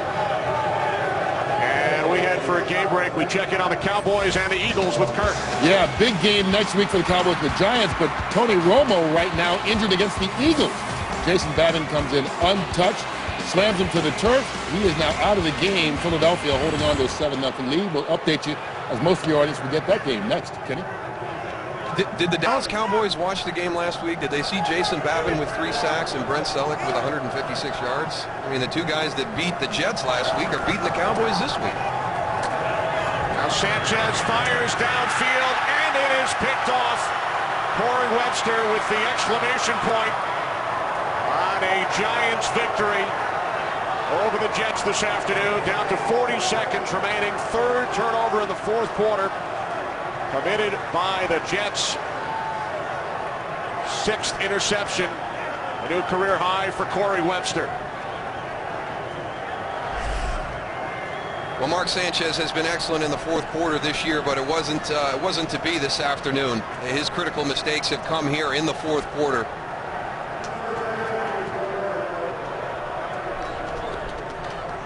Sails a little bit over the head of Jeremy Curley, and interception by the Giants.